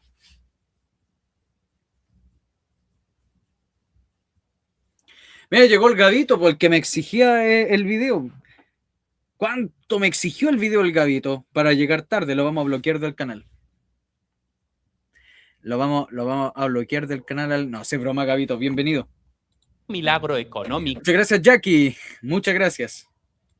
Exige una lectura sin anteojeras. El dogmatismo de mantener un tipo de cambio fijo frente al dólar y la desregulación financiera suicida condujeron al país a la hecatombe en 1982. El castillo de naipes del endeudamiento privado colapsó El PIB cayó un 15% y el desempleo superó el 30%. La dictadura, tragándose su propio dogma, tuvo que estatizar temporalmente a la banca para evitar que el país se fuera por el... Sí, Pinochet tuvo que salvar la banca. No todas, por supuesto, porque cayeron un montón de bancos. Era bastante usual que existieran bancos de pueblo, ¿cierto? No sé si ustedes alcanzaron a conocerlos, Banco Sorno, bueno, el tan conocido Banco Talca, ¿cierto? Había un montón de bancos del Progreso, había un montón de bancos antes. Y hay algunos que dicen de que esta crisis del año 82 que no fue culpa de Pinochet. Eso es también otra cosa, que dicen fue culpa del modelo. No fue culpa del modelo, más bien fue, si podemos decir, fueron en realidad culpas por no poner medidas o limitar al banco, a los bancos en general. O sea, sí, podemos ver que hubo cierta responsabilidad por la bonanza que hubo entre los años 78 al año 82, sobre todo en el sector bancario, pero esto venía un problema de afuera. Ustedes saben que me gusta la analogía. Por ejemplo, es como que me echen la culpa a mí por enfermarme. No es culpa mía, ¿cierto? Alguien tosió, me enfermé, pero es culpa mía no haberme cuidado, ¿cierto? En el sentido de alimentarme bien, de tener buenas defensas, ¿cierto? De estar abrigado y en fin. Nadie puede tener culpa de que lo enfermaron. En ese sentido. Igual hubo algo de irresponsabilidad, sí, por supuesto, pero decir que la crisis en Chile, ¿cierto? O sea, en general, lo que fue una crisis internacional, echarle la culpa a Pinochet es un absurdo. Es como los imbéciles de hoy en día diciendo que la culpa de la subida de bencina es de Kast cuando es un problema internacional. Saludos, Telos, bienvenido. Muchas gracias, lo viste en versión 2. Me escuchaste como Alvin y la ardilla. ¿Me entiendes? Entonces es bastante imbécil. Vuelvo a repetir, sí, Pinochet, y no solamente Pinochet, porque también hay más gente, el Estado es más grande que Pinochet, pero Pinochet, los consejeros, ¿cierto? ¿Cómo se llamaba en esa época? Se me olvidó el nombre, no es Superintendencia Banco, se me olvidó el nombre, pero el organismo encargado de la supervigilancia de los bancos, también el Banco Central que puede dar recomendación, en fin. Sí, se relajaron. Es lo que pasa mucho, y eso es un pecado humano, de que cuando uno le está yendo bien se relaja. Y le pasó mucho, y esto ha pasado históricamente en el año 29 con la crisis económica. Hola, Wombat. En el año 29 va a ser también, los bancos se relajaron un montón, la Reserva Federal también se relajó caleta, ¿cierto? Y les daba exactamente igual de que hubiese una super especulación, una burbuja especulativa enorme.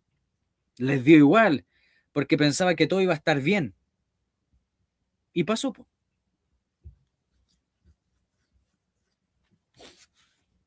Desagüe. A ver, la economía mejoró con Pinochet, es cierto, pero si te venden que Pinochet obró un auténtico milagro económico, revisa las estadísticas. Perdón, o sea, no es de revisar la estadística. Si nosotros vemos la estadística, es completamente revolucionario el cambio, porque ¿cómo uno baja 606% de inflación a 80 y tantos por ciento de inflación al año 78? O sea, si para ti, amigo mío, eso no es un milagro, es que eres la persona más incrédula de toda la historia. O sea, bajar la inflación es una cosa, pero complicadísima. Es como amigos míos, la gente que sube fácilmente de peso, pero después les cuesta bajar un montón, 500 gramos, medio kilo. Pasa lo mismo con la inflación, o sea, subir de peso es tan fácil, pero bajarlo, ahí está el problema, ¿o no? Y con la inflación, o sea, elévenlo a 10 veces.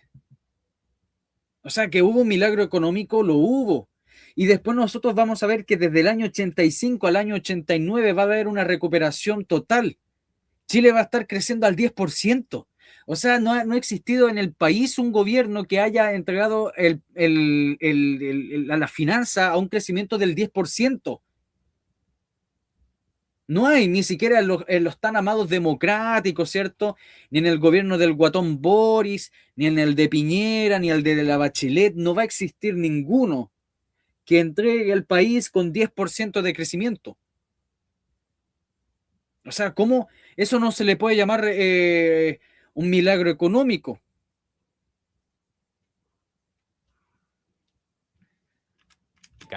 Pinochet se negó rotundamente a privatizar Codelco, la Corporación Nacional del Cobre, que había sido nacionalizada por completo durante el gobierno de Salvador Allende. También se fijó el tipo de cambio, una medida que no se puede calificar de liberal. Ya, entonces, ¿cómo le pueden decir al gobierno de Pinochet neoliberal si tenía medidas antineoliberales? Claro, uno puede decir que Chile creció un montón. Yo soy un crítico del neoliberalismo, no estoy en contra necesariamente, pero obviamente uno puede criticarlo. Yo no me enseguezco con el neoliberalismo, con el modelo neoclásico, porque el modelo neoclásico en parte también destruyó nuestra identidad, la identidad chilena fue destruida y transformó al chileno en un ser cosmopolita. Sí, el neoliberalismo destruyó parte de la esencia de Chile. Pero en términos macro y microeconómicos fue una revolución. O sea, sacar de la pobreza a un montón de gente. Estamos hablando de que la pobreza de los años 50, 60 era extrema, no una pobreza relativa a que no tengo el iPhone 17. No, estamos hablando de gente que literalmente vivía en las condiciones más miserables.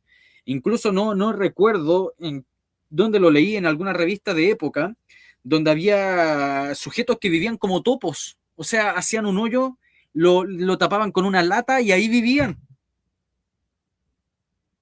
O sea, en un hoyo. Pinochet fue el que sacó a la gente del Zanjón de la Guada. Claro, usted me puede decir, todavía de repente puede haber algunos fulanos, pero estamos hablando que eran población entera. Las casas de Pinochet están hasta el día de hoy, en cambio las ruinas de lo que hizo Allende, bueno, ¿qué les podemos pedir?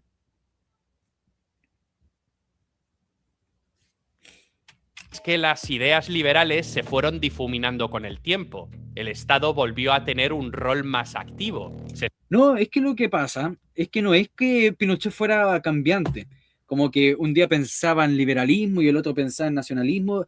Pinochet, a ver, si lo quieren ver de esta cosa, Pinochet era un maestro del juego de pierna y estábamos viendo de que dentro de la Junta y del Estado, el Estado estaba dividido en dos categorías. Estaban los nacionalistas y estaban los liberales. Y estamos hablando de liberales, entre comillas, liberales clásicos, ¿cierto? No libertarios, ¿cierto? Ni gente como hoy en día. Entonces Pinochet probó un sistema un poco más nacional, pero estamos hablando que en plena crisis del 606%, y después terminó optando por un sistema más bien liberal, pero a pasitos cortos. O sea, pensar de que él hizo una transformación revolucionaria y pasamos de un sistema más bien nacionalista, o sea, industrial, desarrollista, a uno neoliberal en un año, es un absurdo. Es una estupidez. Se tomó su tiempo.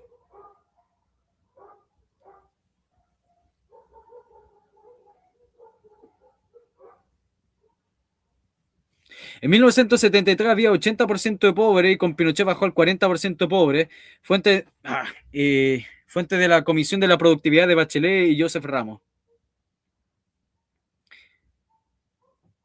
¿Qué se les puede pedir, pues, Maximiliano? Hay gente que repite, no, es que con Allende había menos pobres y con Pinochet aumentaron. ¿Dónde?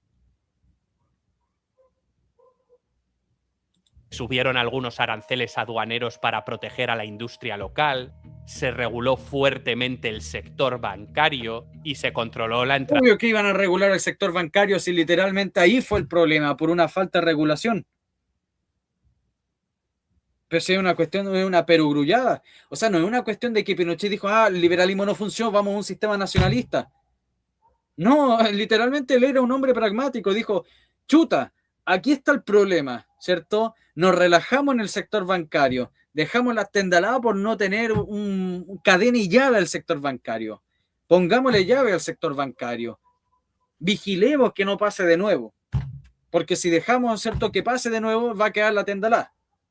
Y salida de capitales. Entre 1973 y 1990 el crecimiento promedio fue de un 2,9% anual, un dato algo discreto para un país que estaba rebotando desde el fondo del pozo. Pero es que loco hace un promedio asqueroso, po. Lo que hace es un promedio. Ve cómo dejó el país, po. Porque yo también puedo hacer promedios con mis finanzas. Y yo puedo tener, obviamente, lo que dejé a final de año versus lo que yo comparé junto con los otros años que me fue mal, po. O sea, si yo pongo mis finanzas del año 2020 que eran miserables y las comparo con el hoy en día y saco un promedio, obviamente me va a salir terrible bajo, pero lo que importa es lo de hoy. No un promedio así penca, po. Es como lo que hacen en la universidad. Esta es una cosa asquerosa que hacen en la universidad, antes no la hacían, de promediarte todas las notas que tuviste y mezclártelas con las notas de tu tesis. Ya no te sacan porcentaje. Antes lo que hacían era porcentajes de notas, ¿cierto? De las notas de todas, desde las callamperas, ¿cierto? De estas clases que uno dice, ¿para qué carajos me hicieron esta clase? Hasta otras cosas vinculadas a las tesis. Y antes eran porcentaje. Por ejemplo, la tesis valía 35% de la... No, ya no, ahora te mezclan todo. Y obviamente después uno va a tener un promedio más miserable. No, acá falta mucho rigor. Oye, ya pues Maximiliano, te voy a bloquear, hombre. Dice Luis Daza, doctor en economía en la Universidad de Georgetown, señala que Chile ha sido el país del mundo que más ha bajado la pobreza en un periodo de tiempo entre el 85 y el 2000, un periodo de tiempo corto, 1985 al 2015. Hubo años de crecimiento muy alto, pero Pinochet tuvo dos colapsos. Uno en 1975 y otro el que le dio la estocada mortal. Pero es que tampoco le eche la culpa a Pinochet por lo de 1975, que es donde estaba el 606% de la inflación. Pues eso era un coletazo de Allende. Es como, por ejemplo, de que yo le paso mi auto a mi hermano, ¿cierto? Y me lo deja como el forro y después lo manejo yo y después me echan la culpa a mí que yo tenía el auto malo. 1982. La crisis de 1982 no solo quebró bancos, sino que destrozó el mito de la eficiencia del régimen.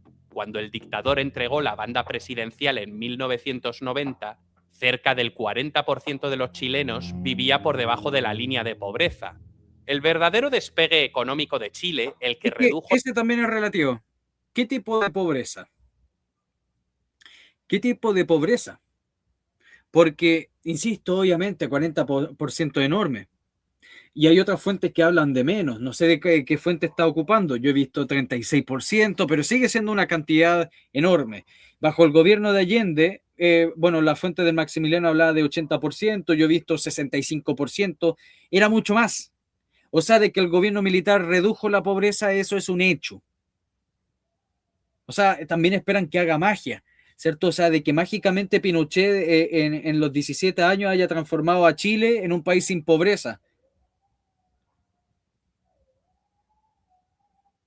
Y el segundo punto a considerar también es que, mire, fíjense acá el crecimiento económico la pobreza a los 8, de la concerta con Pinochet.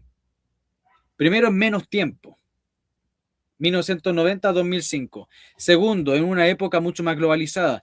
Tercero, lo que va a hacer Frei y sus sucesores es hacer un montón de tratados internacionales.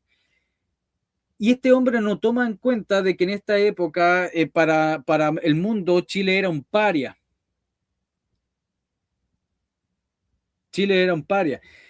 La única crisis que tuvo que comerse, bueno, van a ser dos crisis que va a tener que comerse Chile en los años 90, es la crisis de los mercados asiáticos y la burbuja de las .com. Que no sé si se acuerdan, que tampoco fue tan brutal acá en Chile, pero sí. Pero ninguna como la de 1973 o como la de 1982. Entonces, claro, Pero otra cosa es que si no hubiera existido el modelo, por lo menos los indicios o los inicios del modelo de Pinochet, la concertación no hubiera crecido tanto. Y además también tenemos que ver, porque aquí está fusionando, está juntando los promedios de cada presidente. Y por eso sale mucho más alto. Pero veamos cómo dejó cada presidente el país y Pinochet gana, con un 10%. 6% en 2017 se forjó en los años 90 bajo los gobiernos de la Concertación, quienes tuvieron la inteligencia de mantener el libre mercado en cierta medida. No se puede negar que esos gobiernos fueron deudores de muchas de las medidas económicas implementadas en la época de Pinochet. La métrica del horror y la pusilanimidad judicial. Aquí se acaba la frialdad de los números y entra la dignidad humana, que es innegociable. Afirmar que el éxito macroeconómico justifica la opresión política es la tesis de los tiranos. El equilibrio en la balanza comercial carece de validez si se edifica sobre fosas comunes. El modelo económico de Pinochet necesitó, como condición sine qua non, el exterminio de cualquier oposición mediante el terrorismo de Estado. ¿Cuál oposición? ¿Cuándo Pinochet eliminó a toda la oposición? Cuando literalmente teníamos al cardenal criticando a Pinochet, cuando existían más revistas y diarios de oposición contra Pinochet, cuando incluso el Gabriel Valdés, el Eduardo Frei, ¿cierto?, hacían el caupolicanazo, cuando incluso el mismo Gabriel Valdés y compañía, junto al Ricardo Lagos y todo, se manifestaban libremente en las calles y llamando a la población a manifestarse, cuando salían en la televisión. ¿De qué carajo está hablando este hombre de que mataba a toda la oposición? De que Pinochet eliminó a la oposición. Como que Pinochet decía, ¿saben qué? Eliminen a toda esta gente. Cuando la única gente que fue eliminada, y si podemos hablar así, van a ser civiles asesinados por los guerrilleros, militares asesinados por los guerrilleros, y van a ser también guerrilleros siendo ultimados por militares porque no estaban barriendo la calle, no estaban jugando con los niños en el parque, eran tipos que estaban dispuestos a matar quien sea. Recuerden en las memorias de Miguel Krasnov donde muere Miguel Enríquez. Recuerden eso. Donde literalmente va a ser asesinada una niña de 4 años, donde un milista la ocupó para dispararle al carabinero, que también mató. O sea, por favor, este tipo está literalmente edulcorando, endulzando la figura de los terroristas. Si no es que se eliminó a la oposición, ¿cuánta gente de la democracia cristiana va a estar en oposición a Pinochet y no eliminó a la democracia cristiana? Estadios de fútbol se convirtieron en campos de concentración. En el Estadio Chile... Es muy distinto. Mira, ahí uno se da cuenta de la ignorancia de estas personas. Un campo de concentración no es lo mismo que un campo de detención. No es lo mismo.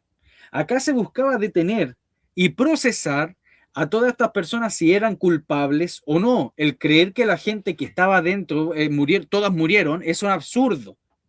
Muchas de estas personas salían al día. Muchas personas salían literalmente al día. O sea, solamente uno tiene que leer las crónicas, los diarios de la época. O sea, yo sé que este loco hace videos de historia, pero por favor, infórmese un poco, amigo. Porque que yo sepa, un campo de concentración es un lugar indefinido, ¿cierto?, donde se concentra un grupo de personas y que principalmente tiene labores de trabajo.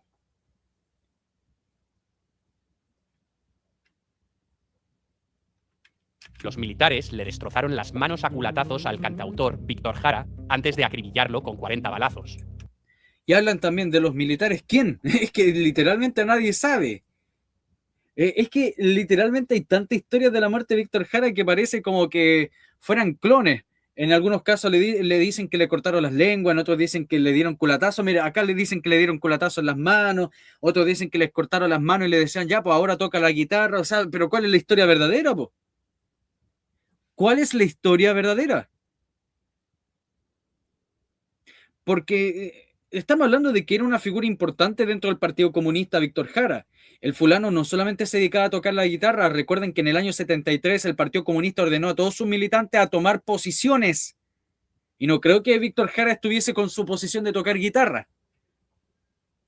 Pero está bien ya. ¿Cómo no existe una historia verdadera, una única, que diga, sí, a Víctor Jara le mandaron un balazo en la cabeza y de esa forma murió? Hay más historias de Víctor Jara que, no sé, pues de la creación del mundo. Organismos como la DINA y la CNI no eran policías, eran escuadrones de la muerte.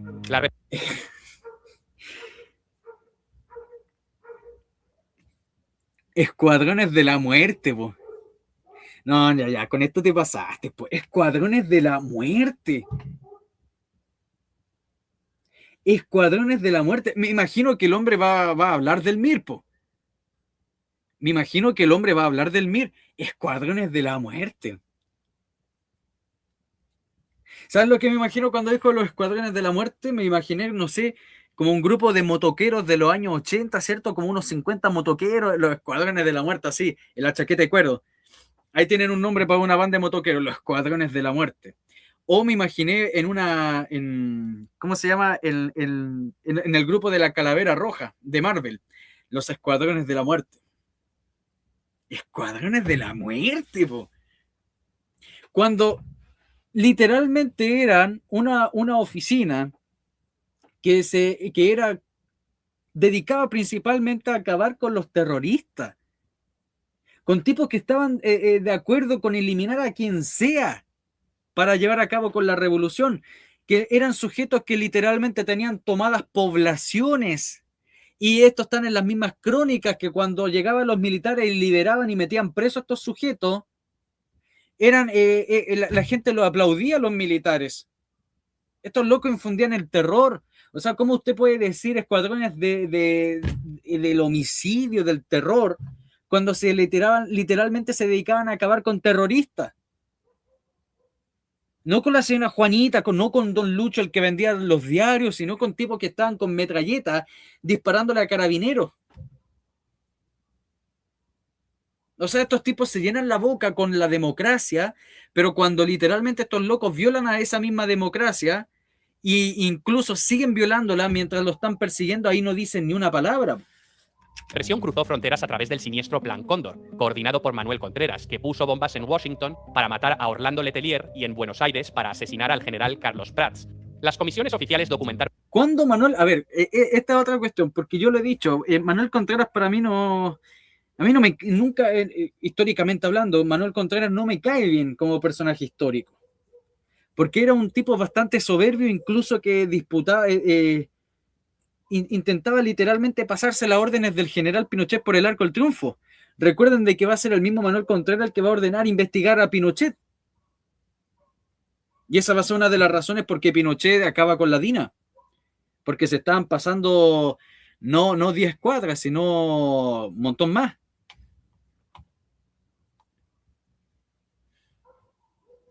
Su tío abuelo era de la CNI. Genial. Entonces, también hay que considerar de que Orlando Letelier estaba generando planes con Cuba para generar elementos contrarrevolucionarios hacia Chile. Y Manuel Contreras no va a mandar a nadie a matarlo, va a ser Michael Townley. Y el caso de Carlos Prats, que también está comprobadísimo, recibió plata de la Unión Soviética para generar un ejército contrarrevolucionario hacia Pinochet. Y también va a ser asesinado por Townley. Son más de 3.200 muertos y desaparecidos, y más de 38.000 víctimas de prisión y tortura sistemática, incluyendo... Mira acá. A ver, vamos acá. Quiero hacer una cosita. A ver, miren. Vamos a poner acá. Vamos a hacerle una pregunta a ChatGTP. Ustedes saben que a mí no me gusta. ¿Cuánta gente murió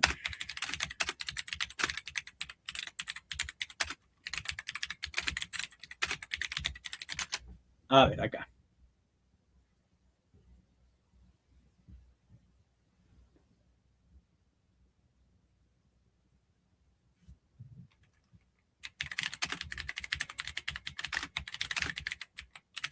Vamos a poner acá.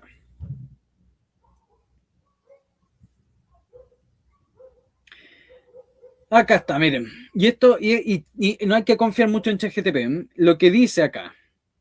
de que en la guerra civil española, ojo con eso, porque en Chile había una guerra y se le conoce como guerra irregular, Chile estaba en guerra por si acaso. En la guerra civil española, el bando republicano asesinó a más de 55.000 personas. Y es lo que dicen los republicanos. Ojo con eso, y es lo que dicen los republicanos. Lo que dicen los franquistas o lo que dice la historia oficial es que fueron 80.000 personas asesinadas por los republicanos. Y sin considerar el periodo previo. Y estamos hablando de que Pinochet en 17 años, ya vamos a comprarnos la historia que dice este sujeto, que Pinochet en 17 años mató a 3.200 personas. O sea, Pinochet decidió matar a 3.200 personas. 3.200 personas. Vamos a hacerle el desglose. Entre el año 73 hasta el año 74, o sea, desde el 11 de septiembre del 73 hasta el 1 de enero del 74, va a morir 1.458 personas, de las cuales todas ellas van a ser muertas en conflicto armado, de las cuales no solamente van a ser guerrilleros con metralleta en mano, con pistola en mano, con escopeta en mano, sino también van a ser carabineros, militares, miembros de la Armada, de la PDI, en fin. O sea, de esos 3.200 muertos, no van a ser 3.200 opositores. Ojo con eso, no van a ser 3.200 opositores.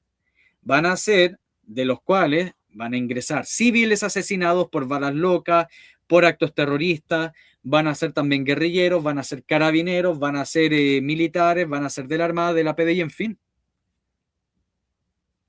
Entonces decir que 3.200 personas mandó a asesinar Pinochet es una imbecilidad. 38.000 víctimas de prisión y tortura sistemática, incluyendo... Y esa es la cuestión de las 38.000 víctimas de tortura.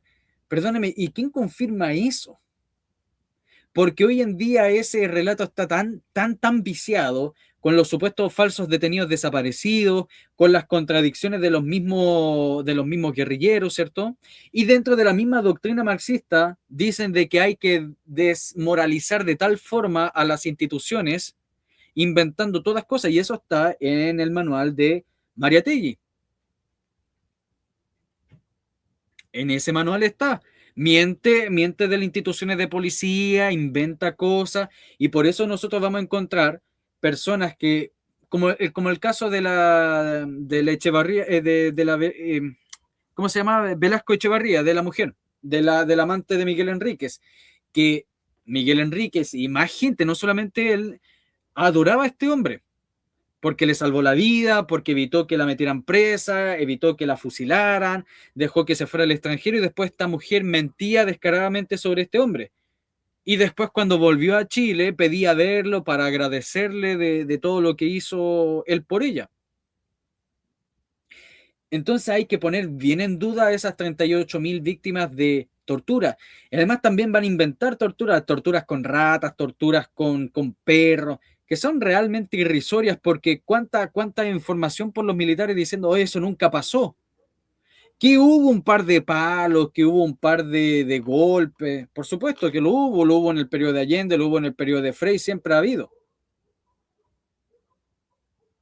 Pero ¿cuánta gente de esas 38.000 víctimas hoy en día se aprovechan? Como los 100.000 falsos exonerados políticos, en fin. Hay que ponerlo en duda. Violencia sexual y vuelos de la muerte.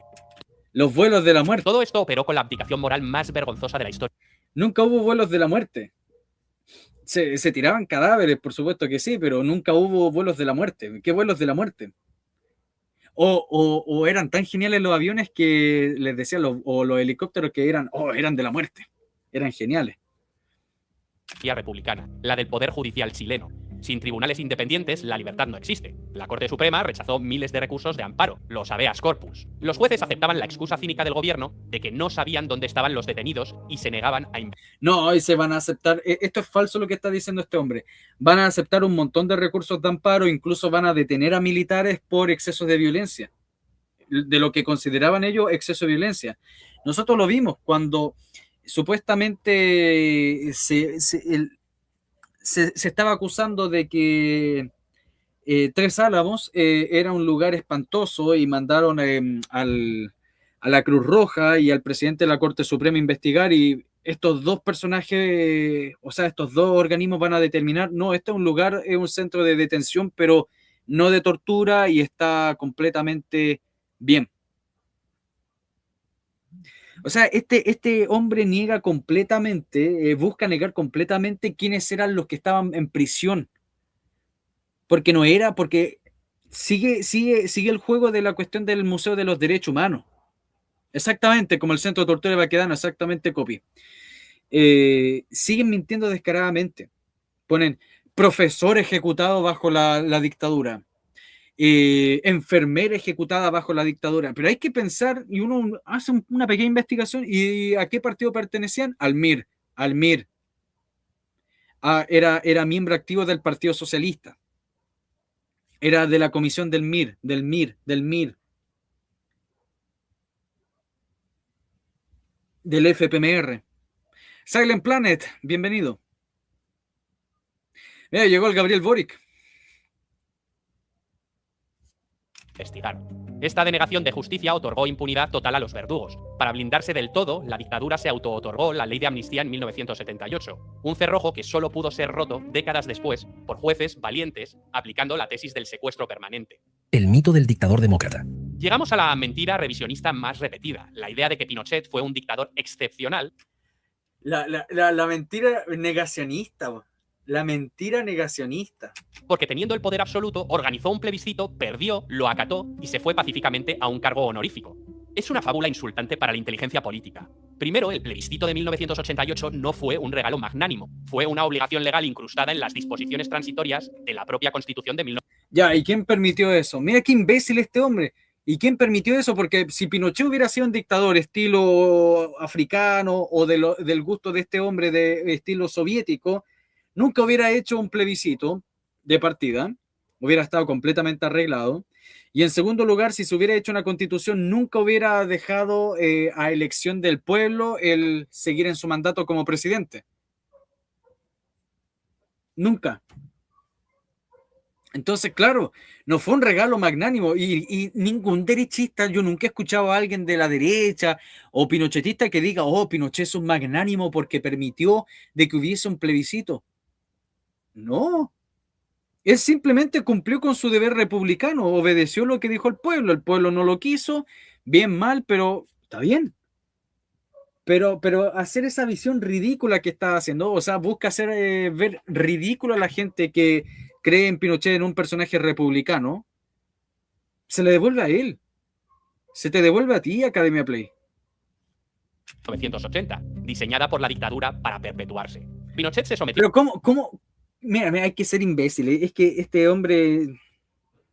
Yo intenté llegar en buena, pero es que literalmente me ha hecho sudar este hombre. Y para mal. Porque este hombre dice... repitamos, miren. Es una fábula insultante para la inteligencia política. Primero, el plebiscito de 1988 no fue un regalo magnánimo, fue una obligación legal incrustada en las disposiciones transitorias de la propia Constitución de 1980, diseñada por la dictadura para perpetuarse. Entonces, ¿cómo se van a perpetuar en el poder si literalmente cada 8 años iba a existir una elección para permitir si seguía en el poder? O sea, ¿cómo carajo va a hacer algo para perpetuarse para siempre si incluye en eso una constante de forma periódica, renovación del mandato presidencial?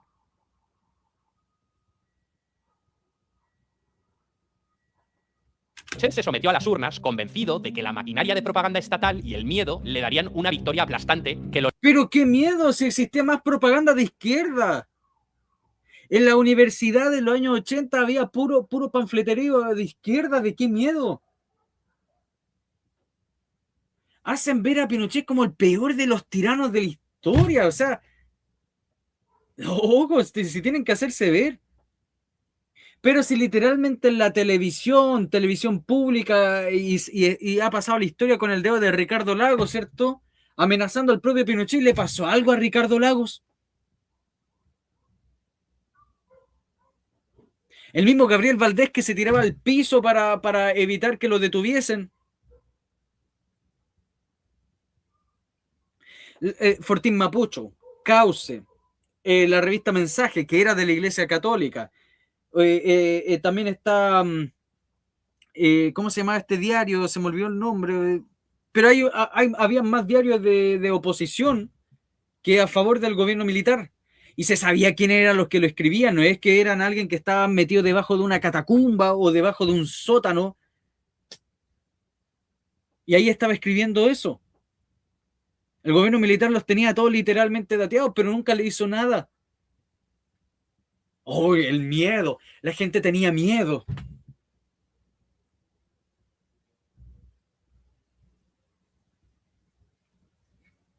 Legitimaría hasta 1997, pero no fue así. Segundo, la noche del 5 de octubre de 1988, cuando el no ganó con el 56% de los votos, con una participación del 97%, Pinochet no acató con deportividad. Retrasó los resultados, congeló la información oficial e intentó desconocer el escrutinio.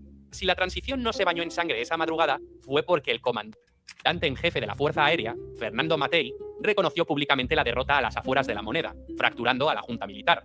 Además, las presiones... Lo que pasa es que ahí habían cuestiones de tiempo. En esa época no existía la forma de ver los resultados de manera inmediata. No existía la forma de ver los resultados de manera inmediata como hoy en día, de que literalmente son las 6:30 de la tarde y entonces la televisión dice, por ejemplo, fulano de tal ganó la presidencia de Chile. En esa época todavía no llegaba esa tecnología. Entonces lo que pasaba es que existían informaciones diversas. Entonces lo que esperaba Pinochet era de que llegasen todos los espacios de información para determinar si perdió o ganó. Y lo que pasa es que Matei se adelantó. No fue una cosa que Pinochet no quiso reconocer. Que le haya dolido, yo me imagino que le dolió, por supuesto que sí, que estaba cabreado, me imagino. Pero no fue una cosa que no quiso reconocer y quiso atrasar, sino quiso comprobar que realmente era lo que estaba viendo. Internacionales, especialmente de Washington, le cortaron el oxígeno. Y ojo, no fue el único dictador en hacer esto. Los militares uruguayos hicieron exactamente el mismo ridículo en 1980, armando un plebiscito que perdieron y teniendo que negociar su salida. Tercero, llamar cargo honorífico a su posición posterior a 1990 es no entender lo que es tener una pistola en la sien de una democracia. Al entregar el gobierno a Patricio Aylwin, Pinochet se atrincheró como comandante en jefe del ejército hasta 1998. Desde allí ejerció un poder de veto brutal. En 1990 ejecutó el ejército de enlace y en 1993 el temible boinazo, sacando comandos de élite con uniformes de guerra al centro de Santiago. ¿Por qué lo hizo? No por la defensa nacional, sino para amedrentar al gobierno civil que investigaba los oscuros negocios de su familia, los pinocheques y los crímenes de derechos. Miren, les voy a hacer un video de esto. Voy a hacerle un video de esto, tanto del boinazo y de los pinocheques. Que no me quiero detener acá porque me quedan 15 minutos para entrar al programa con Don Hermógenes. En 15 minutos entramos con Don Hermógenes a un nuevo programa. Humanos. Era un caudillo. Pero por eso no me quiero detener, porque si no, no voy a poder terminar de ver este video. Insubordinado, usando el ejército como guardia pretoriana personal.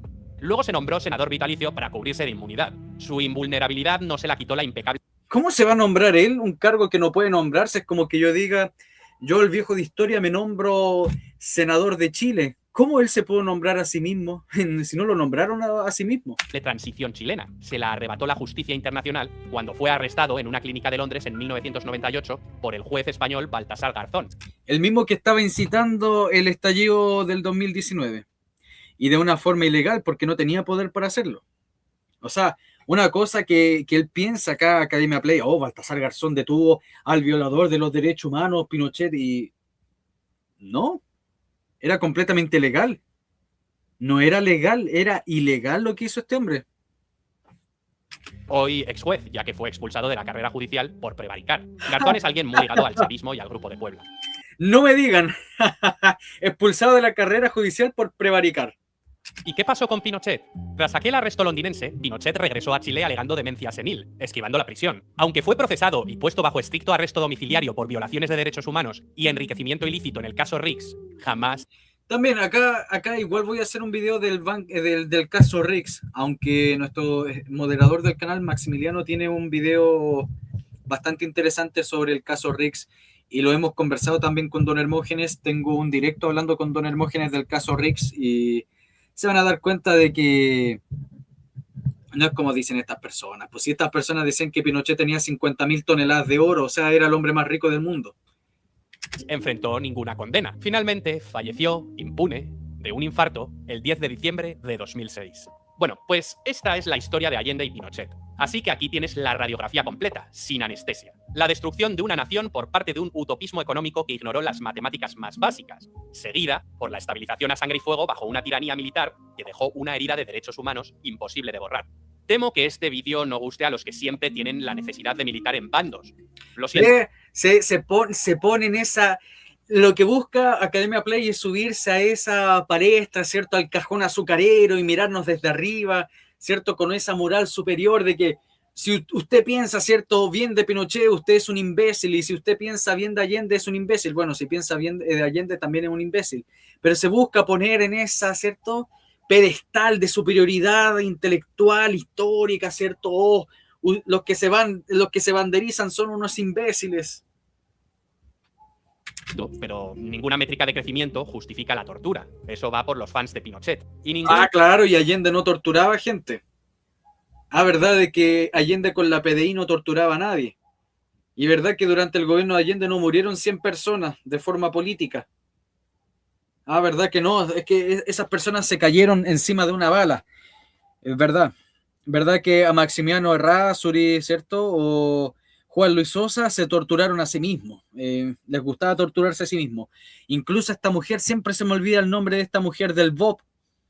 Ella misma decía que fueron torturadas por sus mismos compañeros de izquierda. Fue mandada una mujer de izquierda torturada por el propio Allende. Mandada a torturar por Allende.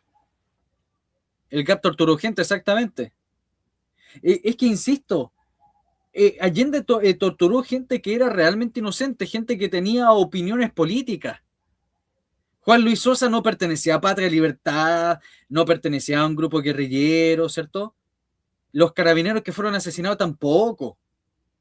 Pero lo que pasa es que los muertos del gobierno militar, que no van a ser puros guerrilleros, van a haber carabineros, van a haber de todo.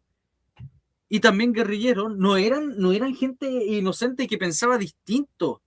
Eran tipos que tenían en la mente hecha caca, ¿cierto? Hecha caca la idea de que si era necesario acabemos con 1 millón de chilenos para traer la revolución.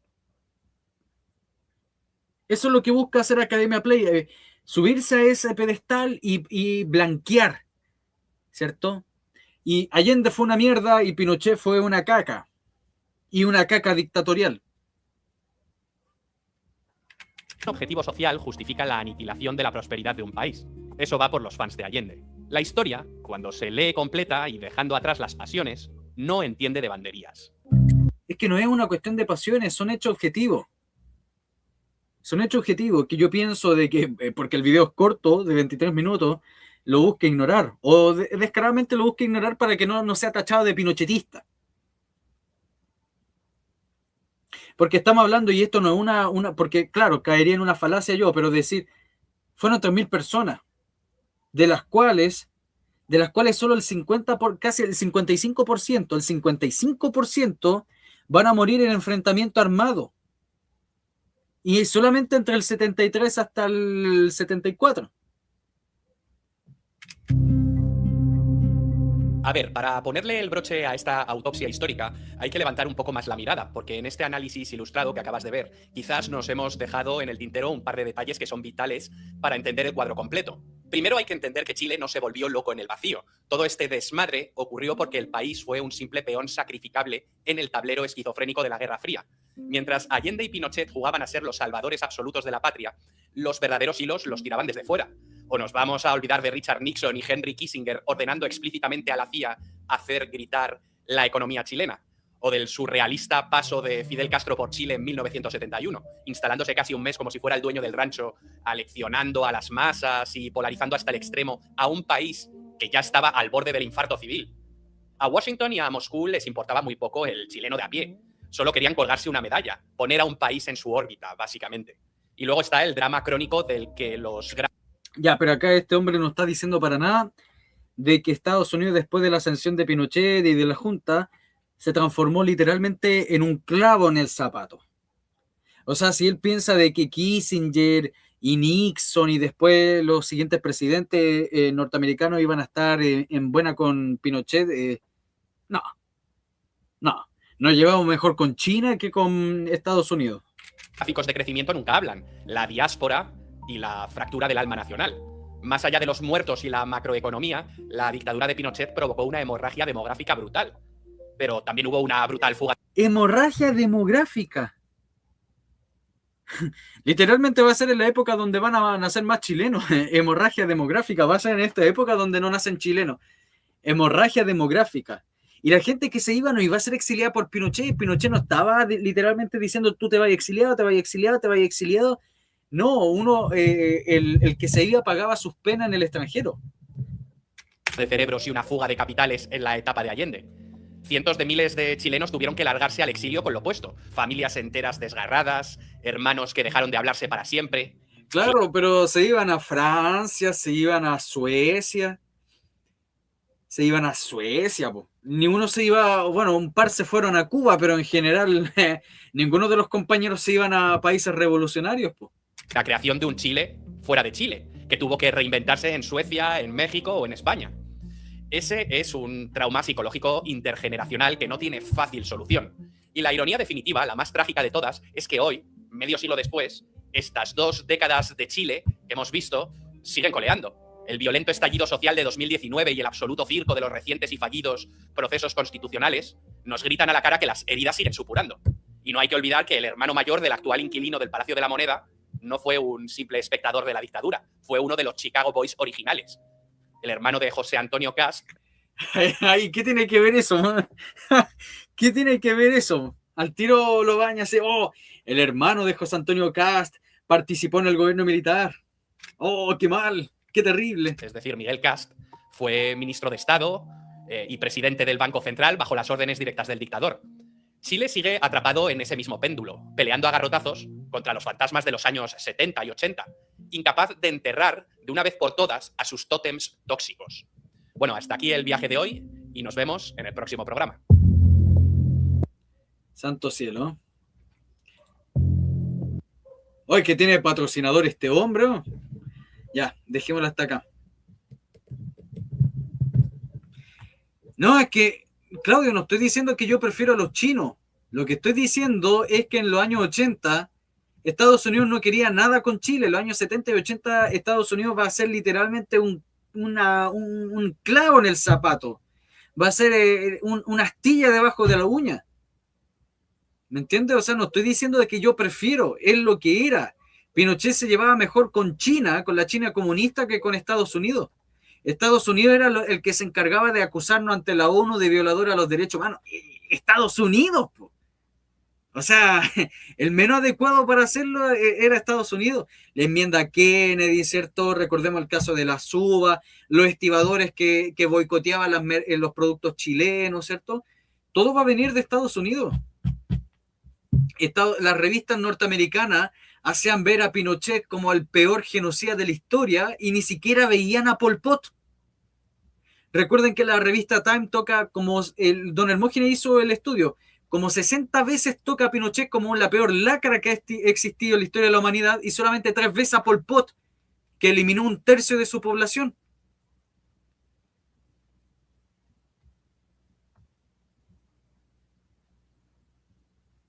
Tiene millones de suscriptores. Yo tengo miles, pues, pero ni uno.